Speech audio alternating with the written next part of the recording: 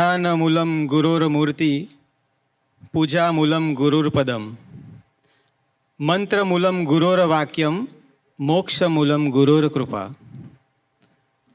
ગુરુની મૂર્તિ એ આપણું ધ્યાન છે. ગુરુના ચરણો એ આપણી પૂજા છે. ગુરુના શબ્દો એટલે કે ગુરુના પ્રત્યેક વચન એ જ આપણો મંત્ર છે અને ગુરુની કૃપા એ જ મોક્ષનો માર્ગ છે. તો આજના આ પાવન ગુરુ પૂર્ણિમાના અવસર પર દિવ્ય દેહે બિરાજમાન પૂજ્ય સ્વામીશ્રી પ્રગટ ગુરુહરિ પરમ પૂજ્ય પ્રબોધ સ્વામીજી, મંચસ્થ સંતગણ, આત્મીય વડીલો, શિક્ષકગણ તથા સૌ આત્મીય ભૂલકાઓને આજના પાવન ગુરુ પૂર્ણિમાના અંતરના જય સ્વામિનારાયણ. આજના આ પવિત્ર ગુરુ પૂર્ણિમાના કાર્યક્રમની શરૂઆત આપણે શ્રી ઠાકોરજીના પૂજનથી કરીશું. તો હું સમગ્ર AVM પરિવાર વતી પૂજ્ય નટુદા, પૂજ્ય નંદલાલ કાકા, પૂજ્ય અર્જુન મામાને વિનંતી કરીશ કે તેઓ શ્રી ઠાકોરજીના પૂજન માટે પધારે અને સાથે સાથે આપણા સૌ વતી સ્વામીશ્રી અને ગુરુહરિને પુષ્પમાળા પહેરાવી આશીષ ગ્રહણ કરે.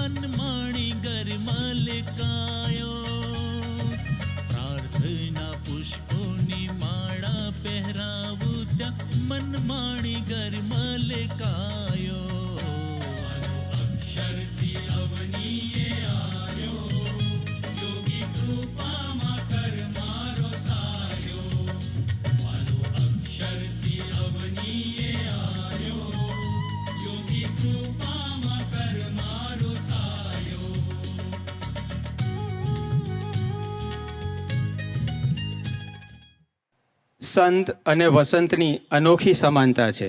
સંત અને વસંતની અનોખી સમાનતા છે. જ્યારે વસંત આવે છે ત્યારે પ્રકૃતિ ખીલી જાય છે. એટલે કે વસંત ઋતુ જ્યારે આવે ત્યારે પ્રકૃતિ સુધરી જાય છે અને જ્યારે સાચા સંત ધરતી પર આવે ત્યારે આખી સંસ્કૃતિ સુધરી જાય છે.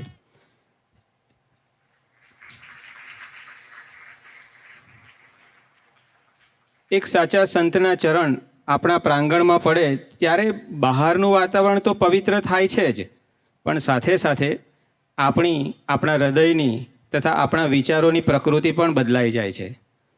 આપણે સૌ ખૂબ ભાગ્યશાળી છીએ કે હિન્દુ સંસ્કૃતિના આ પાવન પર્વ ગુરુ પૂર્ણિમાના દિવસે પૂજ્ય સંતોની હાજરી આપણી વચ્ચે અચૂક હોય છે.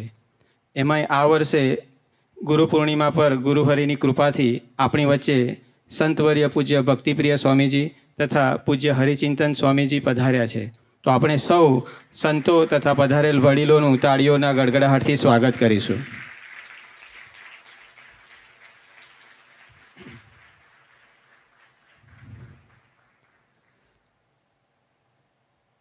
આપણે સૌ ભક્તિ સ્વામીથી પરિચિત જ છીએ, પરંતુ ઘણા બધા નવા ભૂલકાઓ છે, તો તેમને ટૂંકમાં પરિચય આપું તો ભક્તિ સ્વામીજી 1974 હું સાચો છું સ્વામી 1974માં સત્સંગમાં સ્વામીજી સાથે જોડાયા. ત્યાર પછી તે વખતે એમની ઉંમર લગભગ 16-17 વર્ષની આજુબાજુની હશે.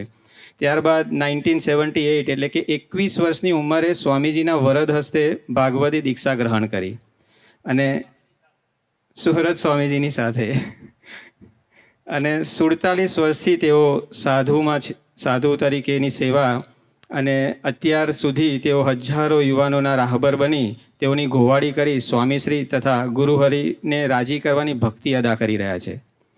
તેઓએ મુંબઈના હરિભક્તો અને યુવકો સાથે 32થી 33 વર્ષ વિતાવ્યા છે અને હજુ એ સેવા અવિરત ચાલુ જ છે. ગુરુહરિએ ઘણી વખત પૂજ્ય ભક્તિ સ્વામીના ગુણોનું દર્શન કરાવ્યું છે કે ભક્તિ સ્વામીની નજર કેવળ ને કેવળ સ્વામીજી તરફ એટલે કે પ્રબોધ સ્વામીજી તરફ. તેમનો શરીર સાથ આપે કે ના આપે તેની ઉપેક્ષા કરીને પણ ભક્તિ સ્વામી હંમેશા સેવામાં ડૂબેલા રહે એવું પાત્ર. તેઓ એકધારી નિષ્ઠા અને મહિમાની વાતો કરે. તો હું પૂજ્ય દિવ્યેશ્વર અને પૂજ્ય યોગેશ્વરને વિનંતી કરીશ કે તેઓ આપણા સૌ વતી પૂજ્ય ભક્તિ સ્વામીને પુષ્પહારથી સ્વાગત કરી આશીષ ગ્રહણ કરવા પધારે. પૂજ્ય દિવ્યેશ્વર તથા પૂજ્ય યોગેશ્વર.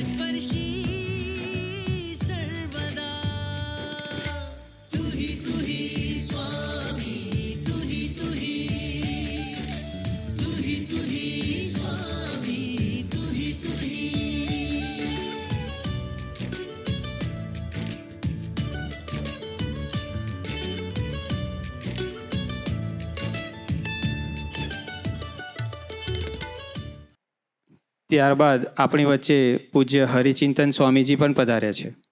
પૂજ્ય હરિચિંતન સ્વામીનો પરિચય આપું તો તેઓ ખૂબ સરળ સાધુ છે.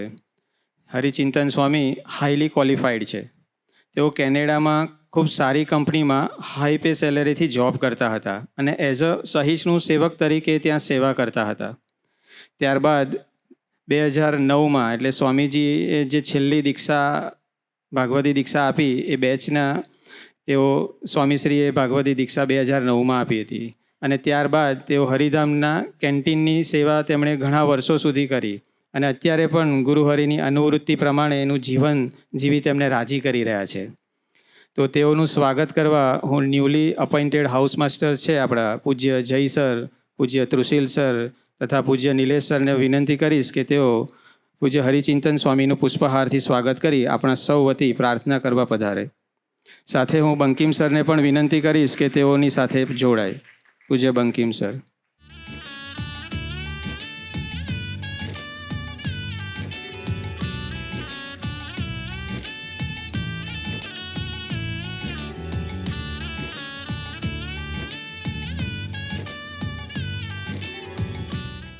આપણા બધાને એવો વિચાર આવે અહીંયા બેઠા હશે તો જોયું હશે તો કે સ્ટેજનું ડેકોરેશન જોઈએ તો અહીંયા વિચારતા હતા અમે કે 15મી ઓગસ્ટ જેવું સ્ટેજનું ડેકોરેશન કર્યું છે એવું લાગે આપણને, રાઈટ? ગુરુ પૂર્ણિમા છે અને 15મી ઓગસ્ટ જેવું ડેકોરેશન, પરંતુ આ એક ભારતમાં જ શક્ય બની શકે. કારણ કે બહારના દેશોમાં એનું મહત્ત્વ આપણે જોઈએ તો એ કોઈ સમજતું નથી, પરંતુ અનાદિકાળની વાત કરીએ તો ભારત દેશ છે એ ગુરુ પરંપરામાં માનતો દેશ છે. જ્યારે દ્વાપર યુગ હતો ત્યારે વેદ વ્યાસનો જન્મ અષાઢ મહિનાની પૂર્ણિમાના દિવસે થયો અને આ જ કારણે આ તિથિને વ્યાસ પૂર્ણિમા તરીકે પણ ઓળખાય છે. આ દિવસ ગુરુ પ્રત્યેની કૃતજ્ઞતા વ્યક્ત કરવાનો દિવસ છે. ગુરુના જ્ઞાનને કારણે જ આપણે જીવનમાં સફળતા પ્રાપ્ત કરી શકીએ છીએ, એ હંમેશા યાદ રાખવાનું. આ ધરતી પર અવતરેલા દરેક અવતાર પુરુષ કે પછી મહાપુરુષોએ પોતાના જીવનમાં ગુરુને એક આગવું સ્થાન આપી આપણા સૌને ગુરુનું મહત્ત્વ સમજાવ્યું છે. ગુરુ વચને અશક્ય દેખાતા કામમાં પણ જો આપણે વિશ્વાસ રાખી મંડ્યા રહીએ તો તે કાર્ય ચોક્કસ પૂર્ણ થાય છે અને સાથે સાથે ગુરુના અંતરનો રાજીપો પ્રાપ્ત થાય છે. ગુરુ ગોવિંદ દોનો ખડે કાકો લાગુ પાય, ગુરુ હરિ બલિહારી ગુરુ આપકી ગોવિંદ દિયો બતાય. શિષ્ય માટે ગુરુ કોઈ સામાન્ય વ્યક્તિ નથી, એ તો પોતે તેમના માટે ભગવાન સમાન છે. તે ભક્તિ કરતાં કરતાં આપણને મોક્ષનો માર્ગ બતાવે છે, જીવનના દરેક પથ પર આપણને પ્રકાશ આપે છે. તો આવા જ કંઈક હૃદયના ભાવને પ્રગટ કરી આશીષ માંગતું ભજન આપણી વચ્ચે લઈને આવી રહ્યા છે આત્મીય વિદ્યા મંદિરના આ નાના નાના ભૂલકાઓ, જેના બોલ છે: ગુરુ મેરી પૂજા ગુરુ ગોવિંદ, ગુરુ મારો પાર બ્રહ્મ ગુરુ ભગવંદ. ગુરુ મેરી પૂજા ગુરુ ગોવિંદ, ગુરુ મારો પાર બ્રહ્મ ગુરુ ગોવિંદ, ગુરુ મારો પાર બ્રહ્મ ગુરુ ભગવંદ. ગુરુ મેરી પૂજા ગુરુ ગોવિંદ, ગુરુ મારો પાર બ્રહ્મ ગુરુ ભગવંદ.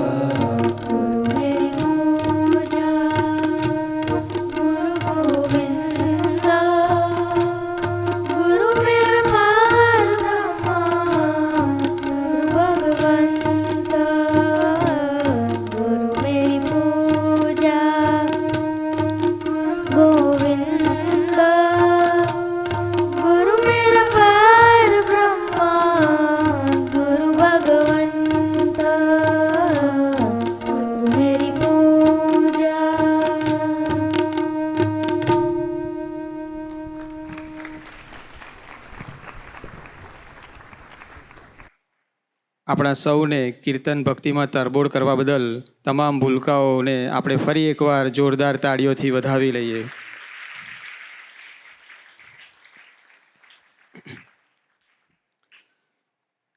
આપણે આગળ વાત કરીએ એમ હરિચિંતન સ્વામીની એક વાત ખૂબ વિશેષ છે. ગુરુ પૂજા દર્શનની અંદર ગુરુહરિએ તેમના ગુણોનું કેટલુંક દર્શન કરાવ્યું છે, જે આપણે જોઈએ કે ગુરુહરિ પોતે બોલ્યા છે કે હરિચિંતન સ્વામી ખૂબ પંક્ચ્યુઅલ, ખૂબ સિન્સિયર સાધુ. ગુરુહરિ આગળ એવું પણ બોલ્યા કે જો તમારે ઘડિયાળમાં ટાઈમ મેચ કરવો હોય, ટાઈમ જોવા માટે, તો એમની લાઈફ પરથી એ તમે ઘડિયાળ મેચ કરી શકો. એટલા પંક્ચ્યુઅલ, ખૂબ ભણેલા સાધુ. તેમણે બીટ્સ પિલાનીમાંથી ગ્રેજ્યુએટ કર્યું છે અને જ્યારથી સાધુ થયા, આઈ થિંક 16-17 વર્ષ પહેલાં તેમનું કેનેડાની ધરતી પર એક કંપનીની અંદર જોબ કરતા હતા. તે વખતે ગુરુહરિએ એવું કીધું હતું કે $1,30,000 પેકેજ, વાર્ષિક પેકેજ હતું. છતાંય તેઓ એ છોડી અને સાધુની દીક્ષા લીધી અને હરિધામ આવ્યા. અને ત્યારથી તેમણે ઘણા વર્ષો સુધી કેન્ટીનમાં સેવા કરી. આપણે વિચારીએ કે ક્યાં આટલી હાઈ સેલેરીનું પેકેજ અને ક્યાં કેન્ટીનમાં આવી સેવા. તેઓએ પોતાની કોઈ જાતની આવડતનો વિચાર કર્યો નથી. પ્રબોધ સ્વામી કે તે પોતાની આવડત એવું એ પોતે માને છે. જેવું પ્રબોધ સ્વામી કે એ પોતાની આવડત એવું એ પોતે માને છે. તો હું પૂજ્ય ચિંતન સ્વામીજીને, હરિચિંતન સ્વામીજીને પ્રાર્થના કરીશ કે તેઓ આપ જેમ ગુરુહરિને રાજી કરવા, તેમના પ્રત્યે ગુરુભક્તિ અદા કરવા માટે જેમ સંબંધ બાંધી રહ્યા છો, તેવી રીતે અમે પણ સંબંધ બાંધી તેમના તરફની યાત્રા કરી શકીએ, તે માટેનું પ્રાસંગિક ભાથું આપવા પધારે પૂજ્ય હરિચિંતન સ્વામીજી. આપણે આજે ગુરુ પૂર્ણિમા ઉજવી રહ્યા છીએ. આપણા ગુરુ એટલે કે હરિપ્રસાદ સ્વામીજી અને અત્યારે પ્રબોધ સ્વામીજી મહારાજ, એ બંનેનું લાઈફ કહો, એ બંનેનું જીવન કહો, તે આપણા બધા માટે સમર્પિત છે. એમણે ક્યારેય પોતા માટે જીવન જીવ્યા નથી. એમનું ફોકસ એક જ છે કે આપણે કેમે કરીને સુખી થઈએ, આપણી લાઈફ કઈ રીતે બેટર બને, આપણે છીએ ત્યાંથી કઈ રીતે આગળ જઈએ, એના માટે એમનો ઓલવેઝનો દાખલો છે. પ્રબોધ સ્વામીજીને જોઈએ હાલમાં તો ગમે ત્યાં હોય, ઇન્ડિયામાં હોય, પરદેશ હોય, US, કેનેડા, UK, સ્ટુડન્ટ્સને જુએ એટલે અમુક વસ્તુ કોમન કે એક તો આપણે ટાઈમ વેસ્ટ નહીં પણ ઇન્વેસ્ટ કરવાનો છે. આજકાલ આ ગુરુએ આ સૂત્ર વારંવાર રિપીટ કરે છે કે ટાઈમને આપણે વેસ્ટ નહીં પણ ઇન્વેસ્ટ કરવો છે. પહેલાં ઘણી વખત બોલતા કે time and tide waits for none. આપણને બધાને સૂત્રની ખબર જ છે કે સમય અને ભરતી ક્યારેય કોઈની રાહ જોતું નથી. આપણે અત્યારે ભણીએ છીએ, સ્ટુડન્ટ્સ છીએ, આપણે આપણું કરિયર પર ફોકસ કરીએ છીએ, પણ જો આ તકને આપણે ચૂકી જઈએ અને પછી 5-10 વર્ષ પછી આપણે ઈચ્છા કરીએ કે હું ફરીથી મારું કરિયર બિલ્ડ કરું, તે કદાચ નેક્સ્ટ ટુ ઇમ્પોસિબલ થઈ જાય. એટલે અત્યારનો સમય એવો છે આપણા માટે કે એક મિનિટનો, એક સેકન્ડનો આપણે ઉપયોગ કરવાનો છે. આલ્બર્ટ આઇન્સ્ટાઈનનું નામ આપણે બધાને ખબર છે.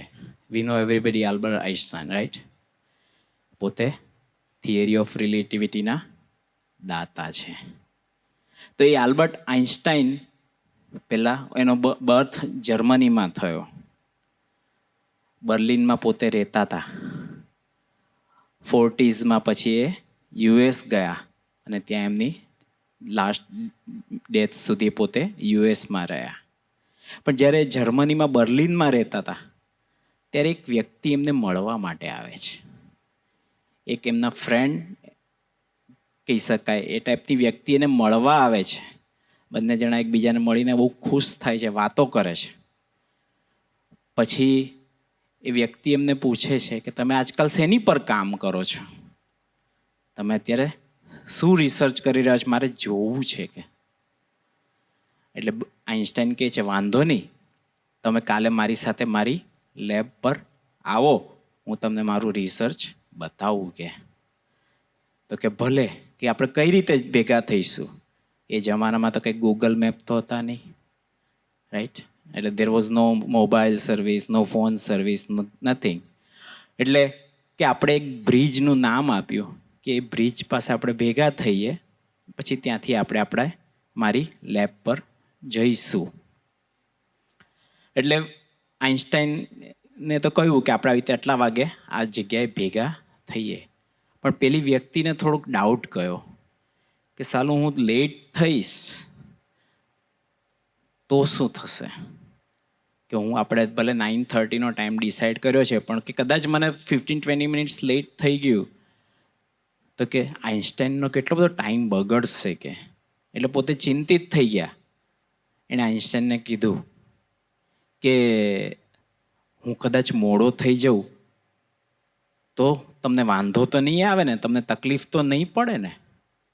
તો કે ના ના ના, તમે ચિંતા ના કરો. આઈન્સ્ટાઈન જે વાક્ય કહે છે એ આપણા માટે મહત્વનું છે કે જે કામ મારે લેબોરેટરીમાં જઈને કરવાનું છે એ ત્યાં હું બ્રિજ પાસે પણ ઊભો કરતો હોઈશ કે. આપણને ખ્યાલ આવ્યો કે જે રિસર્ચ મારે લેબમાં બેસીને કરવાનું છે એ રિસર્ચ હું ત્યાં બ્રિજ પાસે તમારી વેઇટ કરતો હોઈશ ને ત્યારે પણ એના જ વિચારમાં હોઈશ, એનું જ થિંકિંગ કરતો હોઈશ, એના માટેનું પ્લાનિંગ કરતો હોઈશ. એટલે તમે બિલકુલ ચિંતા ના કરતા કે મારો સમય બગડશે નહીં કે. આપણે વિચાર કરીએ કે આપણે અહીંયા ભણીએ છીએ તો આપણું એજ્યુકેશન શું ખાલી ક્લાસરૂમમાં જ થાય છે? ના, it's everywhere. Education is everywhere. ક્લાસરૂમમાં તો આપણને ટીચર્સ નોલેજ આપણને ટ્રાન્સફર કરે છે, પછી એ નોલેજને ડાયજેસ્ટ કરી અને એને આપણા બ્રેઇન સુધી પહોંચાડવાની ક્રિયા તો continuous end time consuming process છે. આ તો આલ્બર્ટ આઈન્સ્ટાઈનની વાત થઈ. પણ ગુરુહરિ સ્વામીજી એટલે કે હરિપ્રસાદ સ્વામીજીનું જીવન જોઈએ તો પોતે 55+ યર્સ એમણે સમાજને માટે સેવા કરી. એમણે પોતાની એક મિનિટનો ઉપયોગ કર્યો છે. જે બધા જૂના હરિભક્તો છે, અર્જુન મામાથી માંડીને નટુદાન, બધા એ બધાએ તો દર્શન કર્યું છે કે સ્વામીજીએ રાતના 12, 1, 2 વાગ્યા સુધી હરિભક્તોની સેવા કરી છે. 2010માં સ્વામીજીને બેકની તકલીફ થઈ હતી. એમને બેકમાં કોમ્પ્રેશનને લઈને 9 પિંચ થતી હતી. ડૉક્ટરો તો ઓપરેશન રેકમેન્ડ કરતા હતા, સર્જરી કરવાની વાત હતી, પણ એઝ અ ટ્રાયલ એક ઓલ્ટરનેટિવ ટ્રીટમેન્ટ કરવાનું નક્કી થયું. એટલે સ્વામીજી 2010ના ફેબ્રુઆરીમાં હ્યુસ્ટન પધારેલા. ત્યાંના કાયરોપ્રેક્ટર પાસે એમની ટ્રીટમેન્ટ ચાલતી હતી. આમ તો એ ટ્રીટમેન્ટ એવી હોય કે ટોટલ બેડ રેસ્ટ કરવો પડે. એટલે સ્વામીજી આખો દિવસ ખાલી ટ્રીટમેન્ટના સમયને બાદ કરતા મોસ્ટ ઓફ ટાઈમ બેડ પર આરામ કરે. પણ આપણે હોઈએ તો આપણે આરામ કરવાનું કદાચ કોઈ કારણોસર આપણને એવી સિચ્યુએશન ઊભી થાય તો આપણે શું કરીએ?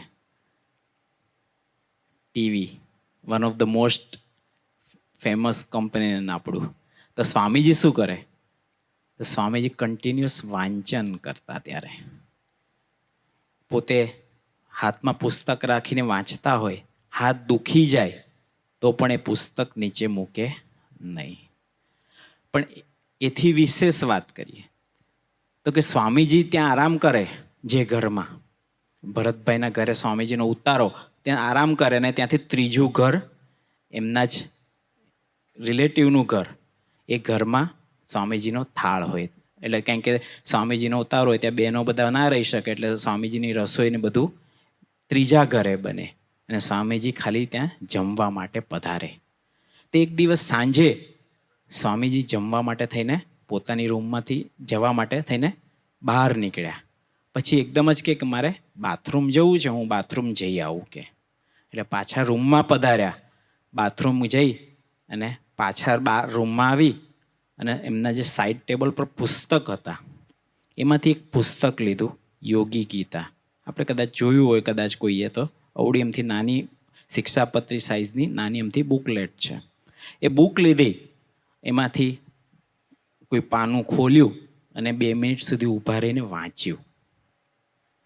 પછી ત્યાં એ પુસ્તક મૂકી અને સ્વામીજી બહાર નીકળ્યા. સ્વામીજીને થાળ પર જે જગ્યાએ જવાનું એ ઘર અહીંયાથી આપણે સ્કૂલ સુધી તમે જાઓ એના કરતાં પણ હાફ ડિસ્ટન્સ હશે, અથવા એડમિન બિલ્ડિંગ સુધી જાઓ એટલું પણ કદાચ ડિસ્ટન્સ નથી. છતાં પણ સ્વામીજી પછી રસ્તામાં વાત કરી કે તમને ખ્યાલ આવ્યો કે મેં શું કામ પુસ્તક, હું યોગી ગીતા શું કામ વાંચતો હતો? કે સાથે જે સંતો સેવકો હતા એને સૂઝ આપવા માટે સ્વામીજીએ પૂછ્યું કે મેં યોગી ગીતા શું કામ વાંચી? તો કે રસ્તામાં જે ઘરે જઈએ થાળ માટે ત્યાં સુધી એ પુસ્તકનું હું મનન ચિંતન કરી શકું એટલા માટે થઈને મેં વાંચ્યું. કે આપણે વિચાર કરીએ અહીંયાથી તમારે એડમિન બ્લોક સુધી જવાનું હોય તો શું તમને એવો વિચાર આવે કે હું મારા કોઈ સબ્જેક્ટનું રિવિઝન માઇન્ડમાં કરું? ના આવે. પણ સ્વામીજી આપણને પ્રેરણા આપવા માટે થઈને વસ્તુ કરે છે. એમણે કશું જરૂર નથી, પણ છતાં સ્વામીજી એમની એક મિનિટનો ઉપયોગ કરે છે. અત્યારના ટાઈમે જોઈએ તો પ્રબોધ સ્વામીજી પણ સેમ થિંગ. હાર્ડલી 2-5 મિનિટ એમને મળે તો પણ એ શું કરે છે? તો કે એમના મોબાઈલમાં એમની પાસે બધા પુસ્તકો, સ્વામીજીની પરાવાણીથી માંડીને બધું જ પીડીએફના ફોર્મેટમાં ઉપલબ્ધ હોય. એટલે ફોન લઈને પોતે એમાં વાંચન કરે. સ્વામી ગુરુહરિ ન્યૂઝીલેન્ડ પધાર્યા 2023ની સાલમાં. ન્યૂઝીલેન્ડ આપણને ખબર છે કે it's a very beautiful country, કે ભગવાને એને નેચરલ બ્યુટી ખૂબ જ આપી છે. તમે 2-5 કિલોમીટર પણ સિટીની બહાર આમસે જાઓ ત્યાં તો તમને ભરપૂર આનંદ આવે એટલી બધી સરસ મજાની પ્રકૃતિ છે ત્યાં. પણ છતાં પ્રબોધ સ્વામીજી શું કરતા? તો જેવા ગાડીમાં બેસે એટલે સાથેના સારથીને તરત પૂછે કે કેટલું ડિસ્ટન્સ છે, નેક્સ્ટ પધરામણીએ જવાનું છે, એનો ટાઈમ કેટલો છે. એટલે ગૂગલ મેપમાં ડિસ્ટન્સ નાખ્યું હોય, લોકેશન, એટલે એને ખબર હોય કે સ્વામી 25 મિનિટ થશે, 15 મિનિટ થશે કે 10 મિનિટ થશે. એટલે સારથી જે હોય એ કહે કે સ્વામી 10 મિનિટનો સમય થશે. એટલે તરત જ પ્રભુ સ્વામીજી પોતાના ફોન ચાલુ કરી અને જે 1, 2, 3 જેટલા પણ પ્રસંગ વંચાય એ વાંચવાનું કાર્ય કરે. આપણે વિચાર કરીએ કે આપણે હોઈએ તો આવા કોઈ સરસ લોકેશન પર ગયા હોઈએ તો આપણે પ્રકૃતિનો આનંદ લઈએ, આજુબાજુનું લોકેશન જોઈએ કે કેવું સરસ મજાનો ભગવાને પ્રકૃતિનું ઘડતર કર્યું છે, પ્રકૃતિનું ક્રિએશન જોઈએ. એની બધું જ મૂકીને એ નિરંતર સ્વામીજીમાં ડૂબેલા, અને એના માટે થઈને એની એક પણ મિનિટ ક્યારેય બગાડતા નથી. આજની તારીખે પ્રભુ સ્વામીજીનું તમે શિડ્યુલ જુઓ તો સવારે 6-6:30 જાગેથી લઈને રાત્રે 12:15-12:30 રૂમમાં પોઢવા જાય ત્યાં સુધી એમની એક પણ મિનિટ એ વેસ્ટ થવા દેતા નથી. એટલા માટે થઈને તો એ બોલી શકે કે આપણે ટાઈમને વેસ્ટ નહીં પણ ઇન્વેસ્ટ કરવાનો છે. તો વિશેષ વાત નથી કરવી, પણ આપણે બધા એક, તમે હોય કે અમે બધા જ સ્ટુડન્ટ છીએ લાઈફમાં. તમે અત્યારે એજ્યુકેશન, રેગ્યુલર એજ્યુકેશન લઈ રહ્યા, પણ અમે બધા પણ સ્ટુડન્ટ જ છીએ. તો અમારે પણ અમારા ટાઈમનો એટલો જ ઉપયોગ કરવો જરૂરી છે. તો વિશેષ વાત ના કરતાં સ્વામીજી અને પ્રબોધ સ્વામીજીના ચરણોમાં પ્રાર્થના કરવી છે કે અમે બધા નાના નાના ભૂલકાઓ છીએ. સરસ મજાનું આપને ગમે એવું અમારે ભણવું છે, અમને ગમે એવું અમારે ગ્રેડ્સ લાવવા છે, આપને રાજી કરી શકીએ એવું અમારે ભણવું છે. એક નાનકડો પ્રસંગ યાદ આવી ગયો વચ્ચે. સ્વામીજી એક વખત એક અમેરિકાના એક દીકરાને વાત કરી, હાઈસ્કૂલમાં ભણે, એટલે તમારા જે 8થી અહીંયાના પ્રમાણે ગણીએ તો 8 to 12 ગ્રેડના સ્ટુડન્ટ્સમાંના એક સ્ટુડન્ટને સ્વામીજીએ વાત કરી કે તારા કેવા ગ્રેડ આવે છે. એટલે દીકરાએ કહ્યું કે સ્વામી અમુકમાં એ આવે છે, અમુકમાં બી આવે છે. એણે ફ્રેન્કલી સ્વામીજીને જવાબ આપ્યો એટલે સ્વામીજી એને એક જ વસ્તુ કીધી, આજ પછી તું નક્કી કરી લે કે મારે હંમેશા A ગ્રેડ લાવવા છે, અને તું જો એની જગ્યાએ B લાવીશ ને તો મને હાર્ટ એટેક આવી જશે. કે સ્વામીજી કેટલી અઘરી વસ્તુ કહે છે કે કેટલું એમને એ વસ્તુ પ્રિય હશે કે તને જો B ગ્રેડ આવશે તો મને હાર્ટ એટેક આવી જશે. તો અમારે સ્વામીજી આપને હાર્ટ એટેક નથી આપવો, પણ અમારે તમને રાજી પણ આપવો છે. આપ અમારા પર રાજી થાવ એવું અમારે જીવવું છે, એવું અમારે ભણવું છે, એવું અમારે કરિયર બિલ્ડ કરવું છે. તો સ્વામીજી અમને સૌને વરોડો બુદ્ધિયોગ આપજો, એવા આશીર્વાદ આપજો કે અમે આપને ખૂબ ખૂબ ખૂબ રાજી કરી શકીએ. એ જ આપના શ્રી ચરણોમાં પ્રાર્થના. સજાનંદ સ્વામી મહારાજની છે. આપનો ખૂબ ખૂબ આભાર પૂજ્ય હરિચિંતન સ્વામીજી. આપે અમને સ્વામીજી તથા ગુરુહરિના અદ્ભુત પ્રસંગોમાં ડૂબાડ્યા અને તેમના જીવનમાંથી અમે સૌ કેવી રીતે સમયનો સદુપયોગ કરી શકીએ તેની સાચી અનુપમ સૂઝ આપી. આપ સ્વામીજી તથા પ્રબોધ સ્વામીજીને સૌ વતી પ્રાર્થના કરજો કે અમે પણ એક મિનિટનો ટાઈમ વેસ્ટ ન કરતા ઇન્વેસ્ટ કરીએ. ભક્તિ સ્વામી, અમે દર વર્ષે અહીંયા સવારે અલગ અલગ વેલ્યુ પર દીકરાઓ સાથે સાથે અમે પણ કંઈક શીખી શકીએ એ રીતે પૂજ્ય વિજય સર તથા પૂજ્ય આશીષ સર બધા ભેગા મળીને સરસ પ્લાનિંગ કરે એસેમ્બલીનું, અને દિવસ પ્રમાણે એક થીમ આપે, જેમાં આ વર્ષે દર બુધવારની એક થીમ છે કે બુદ્ધિથી બુદ્ધિયોગ સુધી. પણ બુદ્ધિયોગનું લેસન અમારા માટે ખૂબ અઘરું છે. કારણ એટલે કે બુદ્ધિયોગ એટલે બુદ્ધિ વિશે એવું જ્ઞાન કે જેનાથી ભગવાન રાજી થાય, મોટા પુરુષ રાજી થાય. જે અમે સૌ નાના છીએ અને અમે ભગવાનને રાજી કરતાં પહેલાં અમારી ઇન્દ્રિયોને, અમારા દેહને રાજી કરવામાં અમને વિશેષ આનંદ આવતો હોય છે. પરંતુ આપ એવું જીવન જીવો છો અને આપે એ બુદ્ધિયોગ સાકાર કર્યો છે. આપે સ્વામીશ્રી અને ગુરુહરિ પ્રબોધ સ્વામીજીને રાજી કરી રહ્યા છો આપ. તો આજના પાવન પર્વ પર આપ અમને એવી કંઈક ગુરુ ચાવી આપો, અમને કંઈક એવી સૂઝ આપો, અમને એવા મહિમામાં ડૂબાડો કે જેથી અમે એવા રૂડા બુદ્ધિયોગમાં જઈ શકીએ. એટલે કે એવી બુદ્ધિ ગ્રહણ કરી શકીએ કે જેથી સ્વામીશ્રી તથા ગુરુહરિનો અમે અંતરનો રાજીપો પ્રાપ્ત કરી શકીએ. પૂજ્ય ભક્તિપ્રિય સ્વામીજી. આવી અક્ષરધામથી અવનિમાં જે દેહધારી રહ્યા, આપ્યા સુખયા પાર ભક્તજનને દિલે ધરીને દયા. કીધા ચારુ ચરિત્ર ગાન કરવા જેને કરુણા કરી, વંદો મંગલ મૂર્તિ ઉરધરી સર્વોપરી શ્રી હરિ. જેની સાધુ સુહાસ આજ જગમાં શ્રીજી સ્વરૂપે દિશે, ધર્મ જ્ઞાન વૈરાગ્ય ભક્તિ મહિમા એક એકથી શ્રેષ્ઠ છે. બોલે બોલે અમોલ શબ્દ મધુરા સાક્ષાત સુધા તો જરે, એવા સ્વામી હરિ પ્રસાદ વિભુને સ્નેહે નમી સૌતરે. જેના દિવ્ય સુદિવ્ય જે ચરિત્રમાં વિલસી હરિ તો રહ્યા, સંબંધે થઈ શૂન્ય જે વિચરતા દાસત્વ ધારી રહ્યા.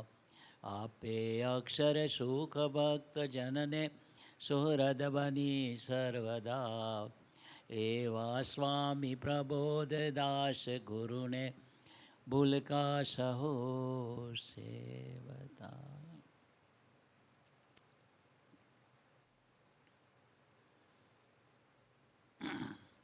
આપણે સૌ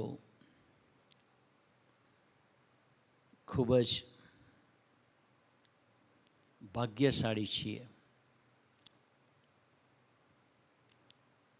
કારણ કે આપણને સૌને આ આત્મીય વિદ્યા મંદિર સ્કૂલની અંદર ભણવાનું અને રહેવાનું મળ્યું. પ્રબોધ સ્વામીજી આગળ વાત કરી હતી કે we are most fortunate student of the universe. Prabodh સ્વામીજીએ વાત કરી હતી કે આપણે ખૂબ જ ભાગ્યશાળી છીએ કે આપણને આ સ્કૂલની અંદર ભણવા મળ્યું છે. તે પણ આ બ્રહ્માંડની અંદર, યુનિવર્સની અંદર તો કેટલા બધા બાળકો ભણતા હશે.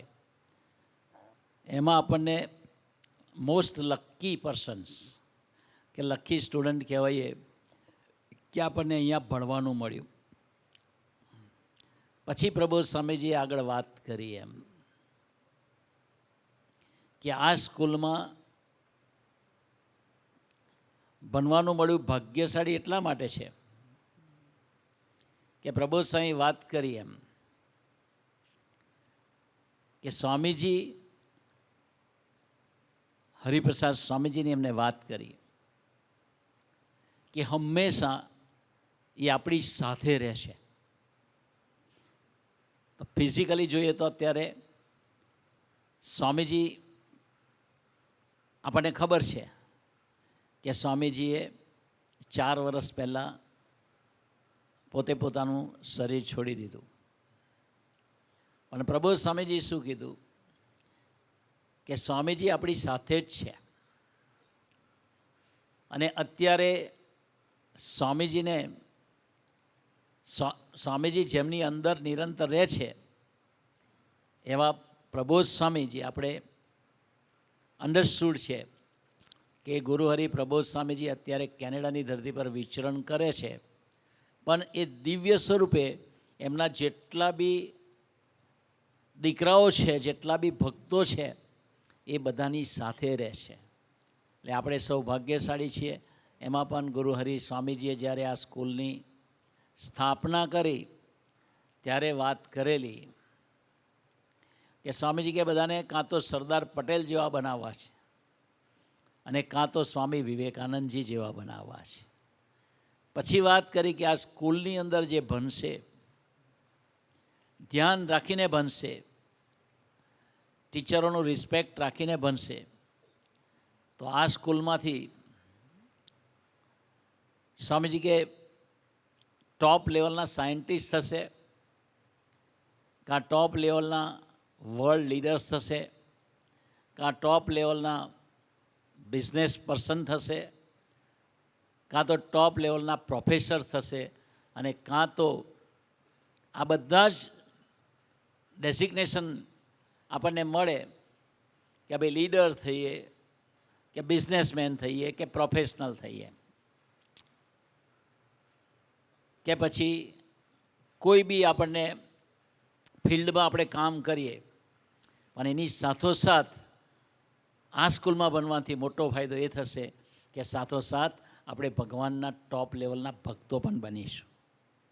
એટલા માટે આપણે આ સ્કૂલની અંદર ભણવાનું મળ્યું, એટલા માટે આપણે સૌ ભાગ્યશાળી છીએ. વાત એટલી કરવી છે કેમ જેમ સરે કીધું કે આજે ગુરુ પૂર્ણિમાનો શુભ અને મંગલકારી દિવસ છે. એ દિવસ આપણે ઉજવવા માટે ભેગા થયા છીએ. તો એ દિવસે ગુરુ પૂર્ણિમાની અંદર શું કરવાનું હોય તો કે આખા ઇન્ડિયામાં દરેક વ્યક્તિ, જે લોકો ધાર્મિક છે, ભક્ત છે, પોતપોતાના ગુરુના જ્યાં બિરાજતા હોય ત્યાં જાય, ગુરુના દર્શન કરે, પછી ગુરુનું પૂજન કરે. હમણાં ભજન ગાયું ને, ગુરુ મેરી પૂજા. પછી ગુરુને દક્ષિણા અર્પણ કરે અને ગુરુજી પાસેથી આશીર્વાદ મેળવે. તો આજે આપણે એ ઉત્સવ જે આપણે દર વર્ષે આપણે સૌ ઉજવીએ છીએ, તો આજે પણ અમને તક મળી કે આપ સૌના સાનિધ્યમાં અમને આ ઉત્સવ ઉજવવાની તક મળી. અને વિજુ સર અને બધી આખી જે ટીમ છે કે બધા જ સર એ ખરેખર આપણા જે ગુરુ છે. તો અમને ભજન ગાયું કે ગુરુ માતા સમાન છે, ગુરુ પિતા સમાન છે, ગુરુ ભગવાન સમાન છે. તો બે પ્રકારના ગુરુજી છે.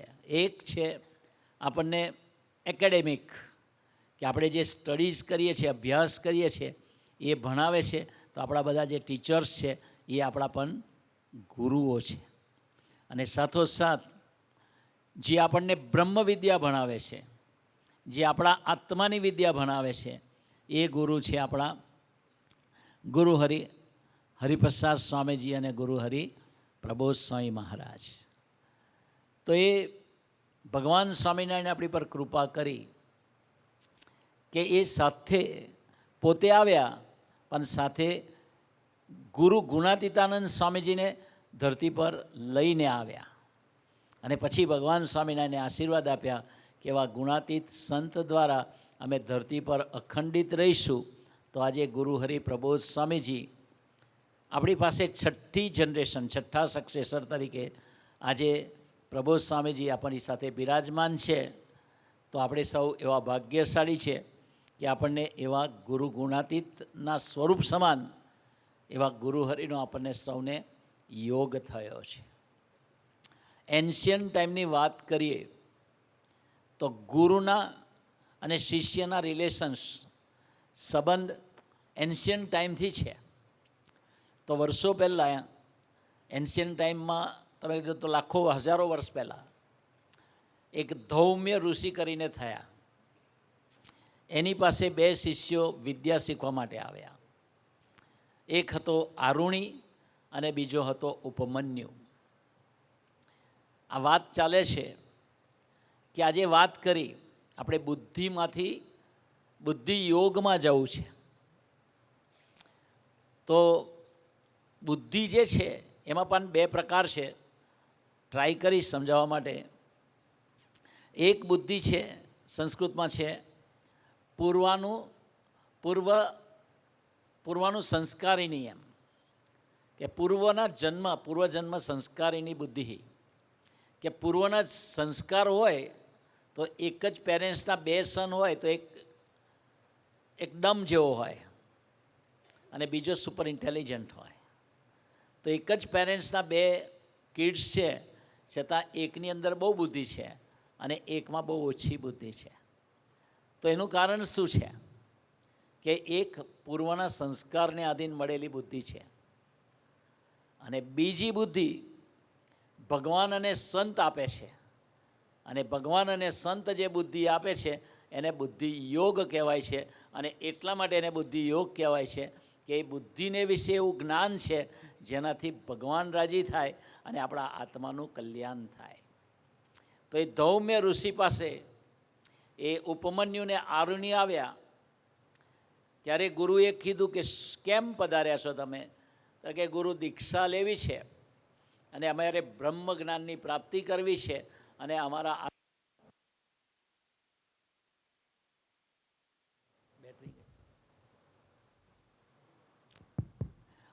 આત્માનું અમારે રૂડું કરવું છે. ત્યારે ગુરુએ કહ્યું કે તમારે અમે કહીશું તેમ કરશો? તો કે હા. તો પછી જે ઉપમન્યુ હતા એને કહ્યું કે તારે ગાયોની સેવા કરવાની છે. આરુણીને કહ્યું કે તારે આપણું ફાર્મ છે એગ્રીકલ્ચર, એની અંદર તારે સેવા કરવાની છે. તો જ્યારે ઉપમન્યુને ગાયોની સેવા આપી અને કીધું ગાયો જનરેશન બાય જનરેશન એક ગાયમાંથી 400 ગાય ન થાય ને ત્યાં સુધી તારે ગાયોની સેવા કરવાની છે. મીન્સ યર્સ ટુગેધર એ સેવા કરે ત્યારે એક ગાયમાંથી બીજી ગાય થાય, બીજી ગાયથી મલ્ટીપ્લાય થઈને બીજી એક ગાય, પછી એમાંથી બીજી 2, બીજી 4, બીજી 6, બીજી 10, બીજી 50 એવી. તો એ સેવા તો બહુ કરતો હતો, પણ સાંભળવા જેવી વાત છે. તો આપણે પણ બુદ્ધિમાંથી બુદ્ધિ યોગ જોઈએ છે. તો એને પછી એ સેવા કરતા હતા ત્યારે એને કીધું કે જમવાનું આપણે સેવા કરીએ પણ ભૂખ તો લાગે ને. આપણે તો કેટલું IIBમાં બનીએ છીએ તો એક વખત જમવાનું મળે છે નહીં? કેટલી વાર મળે છે? 4 times કે 5 times? 5 times. બાપરે, 5 વખત આપણને સ્વામીજી આ સ્કૂલમાં આપણને સરસ જમવાનું મળે છે. અમારા જેવા અહીં રહે ને તો પછી શરીર ડબલ થઈ જાય. એટલું બધું ફાઇન જમવાનું તમને મળે છે. અમે 2 દિવસ જમ્યા અહીંયા. તો એ ગુરુએ એને શું કીધું ખબર છે કે તારે આશ્રમમાં નહીં જમવાનું. તો ભરથાના જેવું ગામ હોય ત્યાં જઈને ભિક્ષા માગવાની, લોકોના ઘરે ઘરે જઈને, અને જે આપે તેમાંથી તારે જમવાનું અને સેવા કરવાની. પછી એ ઉપમન્યુએ એ શરૂ કર્યું. થોડા મહિનાઓ થયા પછી ગુરુએ કીધું કે તારું જે તું ભિક્ષા માગીને લાવે છે એનું 50% મને આપ અને 50% તું જમ. તો વિચાર કરીએ કે આપણે 4 રોટલી જમતા હોય કે 5 રોટલી જમતા હોય તો આપણે 6 રોટલી જમતા હોય તો 3 રોટલી ગુરુને આપવાની, 3 રોટલી આપણે જમવાની. હવે અડધું ખોરાક ખાઈએ તો આપણને એનર્જી ઓછી થઈ જાય કે ના થઈ જાય? અરે 5 વખતમાંથી 1 વખત જો બિસ્કિટ ના મળે ને તોય પ્રોબ્લેમ, ચક્કર આવવા મળે. પેલા ગ્રાઉન્ડના ચક્કર ના વાગે પછી આપણાથી. તો એને અડધું ખાવાનું માગી લીધું. થોડાક મહિનાઓ પછી એને ગુરુ એવું કીધું કે અડધું બી નહીં, 100% મને આપી દે. પેલો કે યસ ગુરુજી. આપણે તો આર્ગ્યુમેન્ટ થાય કે ના થાય કે અલા ભાઈ અડધામાં નથી થતું તો આખામાં તો આખું લઈ લેશો તો હું તો કેવી રીતે સેવા કરીશ? બનવાનું સાઈડ પર, ભાઈ મારે બ્રહ્મ વિદ્યા બનવી નથી, મારે તો જમવાનું જોઈશે. અને જમવાનું ના મળે તો સાયન્સ શું કહે છે કે બોડીની અંદર એનર્જી જ ના રહે. તને કીધું કે નહીં ગુરુ, ભલે જમવાનું ના મળે પણ મારે સેવા કરવી છે ને તમને રાજી કરવા છે. પછી એને શું કરતો હતો કે જે ગાય હતી ને એ ગાયનું થોડું દૂધ પી લેતો હતો. તો પછી ગુરુએ કીધું કે તું કેવી રીતે જીવે છે ખાધા વગર? તો કે ગુરુ ગાયનું થોડું દૂધ પી લઉં છું. તો કે ના, આ આશ્રમની ગાયનું કોઈ દૂધ તારે પીવાનું નહીં. તો એ ખાવાનું પણ નહીં અને દૂધ પણ નહીં પીવાનું. તો એ જીવે કેવી રીતે? પછી એને કહ્યું, એને વિચાર્યું કે હવે હું શું ખાઈશ. પછી જંગલમાં ગાયો ચરાવવા જાય તો ત્યાં કોઈ ફ્રૂટ શોધ્યું, પણ ફ્રૂટ્સ મળ્યા નહીં. પછી આકડો આવે, આકડો, એની અંદર એક ફળ થાય આકડાનું, એ ખાવા માટે એને શરૂ કર્યું. હવે એ કરતાં કરતાં એ આકડાનું ફળ તોડ્યું ને તો એની અંદર આકડામાંથી દૂધ નીકળ્યા અને દૂધ આંખોમાં લાગી ગયું. આંખોમાં લાગી ગયું એટલે આંધળો થઈ ગયો. શું કરવા આવ્યો છે? સેવા કરવા આવ્યો છે, ગુરુના આશીર્વાદ લેવા માટે આવ્યો છે અને બ્રહ્મ જ્ઞાનની બ્રહ્મ વિદ્યા પ્રાપ્ત કરવા માટે આવ્યા છે. આપણે અહીં આવ્યા છે શેના માટે? અપ ટુ 12th એવું એજ્યુકેશન લઈએ કે વર્લ્ડમાં આપણને ક્યાંય ઊભા રહેવું પડે નહીં. જેટલા દીકરાઓ AVMમાં પાસ આઉટ થયેલા છે એ બધા વર્લ્ડમાં ટોપ લેવલની જગ્યાએ ભણ્યા છે બી સરસ અને પોતાના ફિલ્ડમાં માસ્ટર્સ ડિગ્રી લઈ અને ટોપ લેવલનું પોતાનું લાઈફ પણ શરૂ કર્યું છે. તો હવે તો આંધળો થઈ ગયો અને રસ્તામાં એક કૂવો આવ્યો. તે આંધળાને દેખાય નહીં, તે કૂવામાં પડ્યો. હવે એને કોણ બહાર કાઢે? પછી રાત પડી અને રાત પડી એટલે એના ગુરુને યાદ આવ્યું કે ભાઈ ઉપમન્યુ ક્યાં છે? ત્યારે એ શોધતા ગુરુ હિમસેલ્ફ એ દીકરાને શોધતા આવ્યા અને બૂમ પાડે, ઉપમન્યુ ઉપમન્યુ ઉપમન્યુ. પણ ક્યાંય મળ્યા નહીં. પણ જ્યારે ઉપમન્યુને કૂવાની અંદર અવાજ સંભળાયો ગુરુનો, ત્યારે એને ગુરુને અંદરથી જવાબ આપ્યો, હા ગુરુદેવ, હું અહીંયા છું. પછી એને બહાર કાઢ્યો. હવે એ હાંધળો થઈ ગયો હતો. હવે એની કોણ સેવા કરે? એટલે જે ધન્વંતરી છે, જે દેવોના વૈદ્ય છે, અશ્વિની કુમાર, એને બોલાવ્યા અને કહ્યું કે ભાઈ આ દીકરાને તમે આંખ આપો. પછી એમને એમની દવા કરીને આંખ આપીને દેખતા થયા અને એની સાથે ધૌમ્ય ઋષિએ કહ્યું કે હવે આને બ્રહ્મ જ્ઞાનની પ્રાપ્તિ થાઓ. તો જે વિદ્યા એ શીખવા માટે આવ્યો હતો એ વિદ્યા પછી એને ઓટોમેટિક ભગવાનની કૃપાથી પ્રાપ્ત થઈ. એટલે ટીચર્સે વાત કરીને આપણે બુદ્ધિ તો છે પણ આપણને બુદ્ધિ યોગ જોઈએ છે અને પછી ઉપમન્યુને એ ભગવાને બુદ્ધિ આપી. હવે બીજો પ્રશ્ન, આપણે બધાના ક્વેશ્ચન છે ને, તમે યસ કે નો કહેજો, બરાબર? હવે આપણે બધા ઈચ્છીએ કે હું ક્લાસમાં ટોપર આવું. થાય કે ના થાય? મારા હાઈએસ્ટ માર્ક્સ આવે, બરાબર? બધાની ઈચ્છા છે કે નહીં? આ નહીં ને આપણા તો ઘણા સુરત ભાવ રાખે, આવ તું જા ને આગળ દોસ્ત, ચાલશે, મારે ઓછા મળશે તો એવું હોય નહીં. સ્વામીજી શું કીધું હમણાં? આ સ્વામીજી કેટલી સરસ પ્રસંગની વાત કરી કે જો તમે બી ગ્રેડ લાવશો તો મને હાર્ટ એટેક આવશે. મતલબ કે તમે મને એટલા બધા વહાલા છો કે તમે જો ભણશો તો મને આનંદ થશે, અને તમે જો પ્રોપર નહીં ભણો તો મારા હૃદયને એટલું બધું દુઃખ લાગશે કે મને હાર્ટ એટેક આવી જશે. તો એ જે સ્વામીજી વાત કરી, તો આપણે ના બનીએ તો આપણને બધાને ભણવું છે, પણ આપણો ક્વેશ્ચન શું છે ખબર? કે ગમે એટલી મહેનત કરીએ પણ આપણા પર્સન્ટેજ વધે નહીં. થાય છે એવું? કેટલા જણને થાય છે? જેને બહુ મહેનત કરીએ, ગમે એટલી મહેનત કરીએ, 50માંથી 60 થાય, પણ આપણે તો 80 જોઈતા હોય, 90 જોતા હોય, 98 જોતા હોય, 100 જોઈતા હોય, તો આપણે બસ હાથ મૂકી દેજો, આપણે ગમે એટલો પ્રયત્ન કરીએ પણ પર્ટિક્યુલર લેવલ આપણે ક્રોસ ના કરી શકીએ. થાય કે ના થાય? તો આપણે કરવું છે કે નથી કરવું? કોઈને બી પૂછું કે એમાંથી 50% કેટલા જણને આવે છે? અરે એવી એમાં ક્વેશ્ચન જ ના પૂછાય, રાઈટ? ચલો 75% કેટલા જણને આવે છે? ઓકે, 90% કેટલા જણને આવે છે? તો બહુ ઓછા છે. તો માનો કે આપણા 75% આવે છે અને એમાંથી 90% સુધી જવું છે, તો જવાય કે ના જવાય?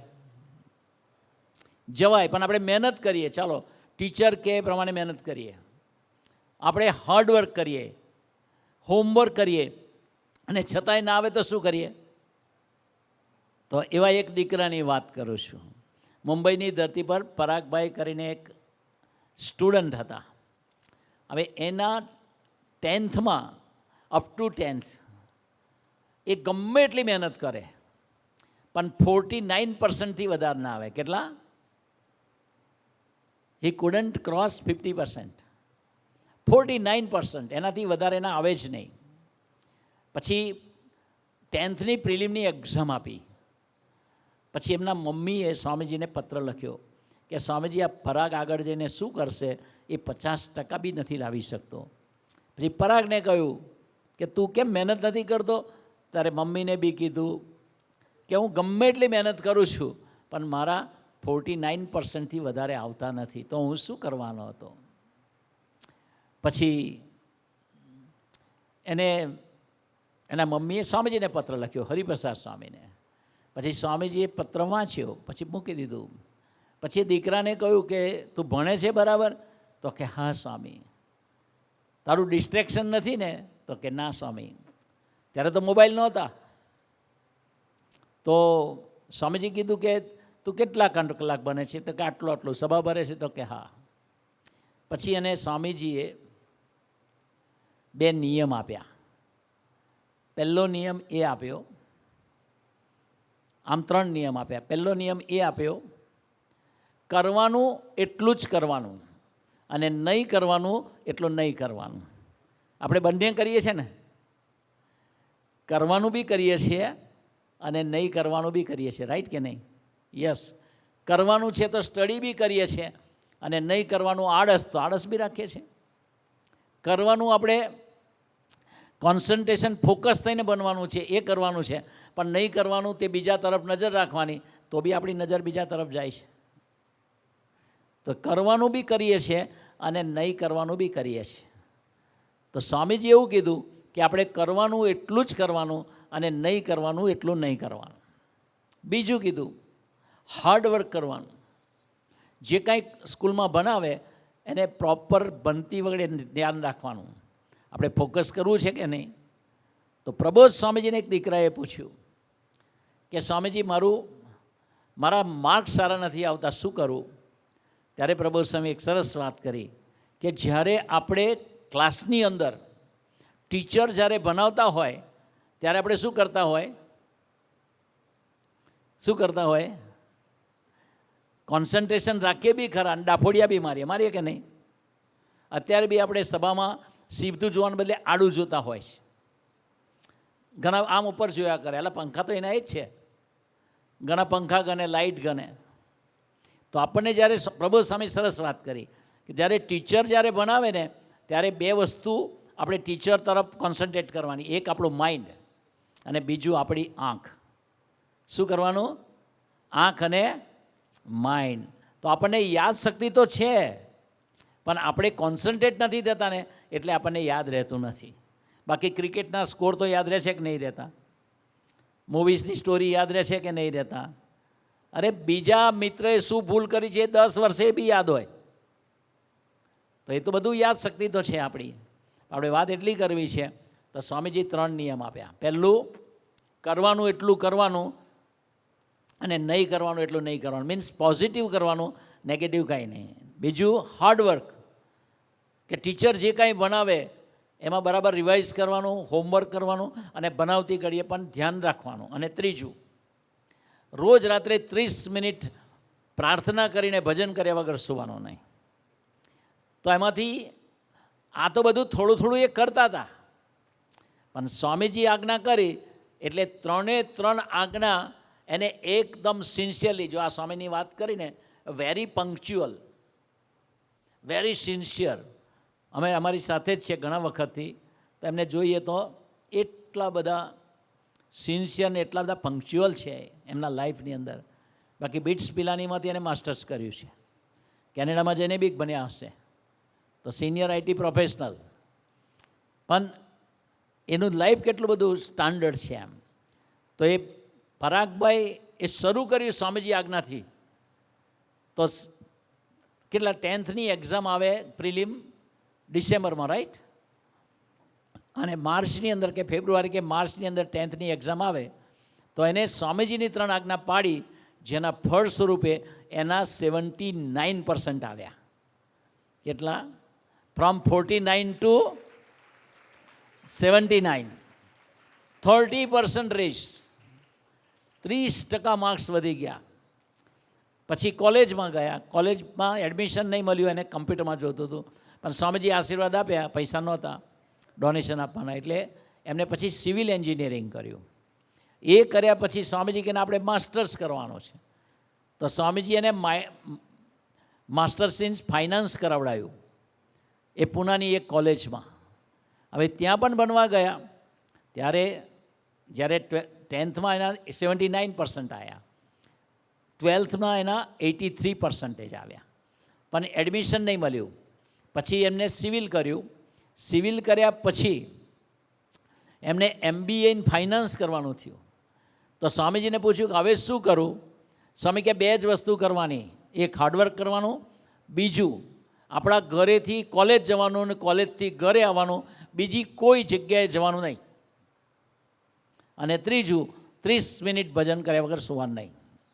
એને કોલેજમાં બી ધ્યાન રાખ્યું ભણવામાં, કોલેજથી ઘર ને ઘરથી કોલેજ, બીજી કોઈ જગ્યાએ ન જાય, અને 30 મિનિટનું ભજન કરે, અને બાકી જે કંઈ કોલેજમાંથી ભણાવે અને રિવાઇઝ કરી લે. એની સાથેવાળા એ દિવસે રખડે, ધાબામાં જાય, રેસ્ટોરન્ટમાં જાય, મૂવીઝ જોવા જાય, પછી આખી રાત વાંચે. પછી પરાગને કહેવો, પરાગ તું તો કંઈ કરતો જ નથી, તારી કેટી આવશે, તું ફેલ થઈશ. ત્યારે પરાગભાઈ અંદરથી વિચારતા હતા, મને તો મારા ગુરુ હરિપ્રસાદ સ્વામીજીએ કીધું છે, એ જ આજ્ઞા મારે પાડવાની છે, તો સ્વામીજી રાજી થાય એમ કરીશ. તો એને 3 આજ્ઞા સરદાર પાડી, જેના ફળ સ્વરૂપે પરાગભાઈ કોલેજમાં ફર્સ્ટ આવ્યા અને ઓલા બધાને કેટી આવી.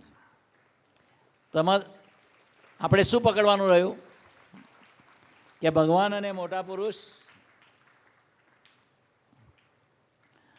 આપણને જે આજ્ઞા આપે એ આજ્ઞા પાડીએ તો આપણું લેવલ વધે. તો પ્રબોધ સ્વામીજીને KVMના દીકરાએ પ્રશ્ન પૂછ્યો હતો કે સાહેબ મારું ફોકસ કેવી રીતે વધે? ત્યારે પ્રબોધ સ્વામીજી કીધું 2 વસ્તુ, 2 સારા મિત્રો રાખવાના, અને જેની સાથે રહીએ એની સાથે આત્મીયતાથી જીવવાનું. પછી દીકરાએ પૂછ્યું કે આત્મીયતાથી કેવી રીતે જીવાય? ત્યારે પ્રબોધ સ્વામી કીધું કે જેના જેટલા સારા ગુણ હોય તે જોવાના, શોધવાના, વિચારવાના, ગાવાના, અને પછી પ્રાર્થના કરીને સૂઈ જવાનું, તો આત્મીયતા વધે.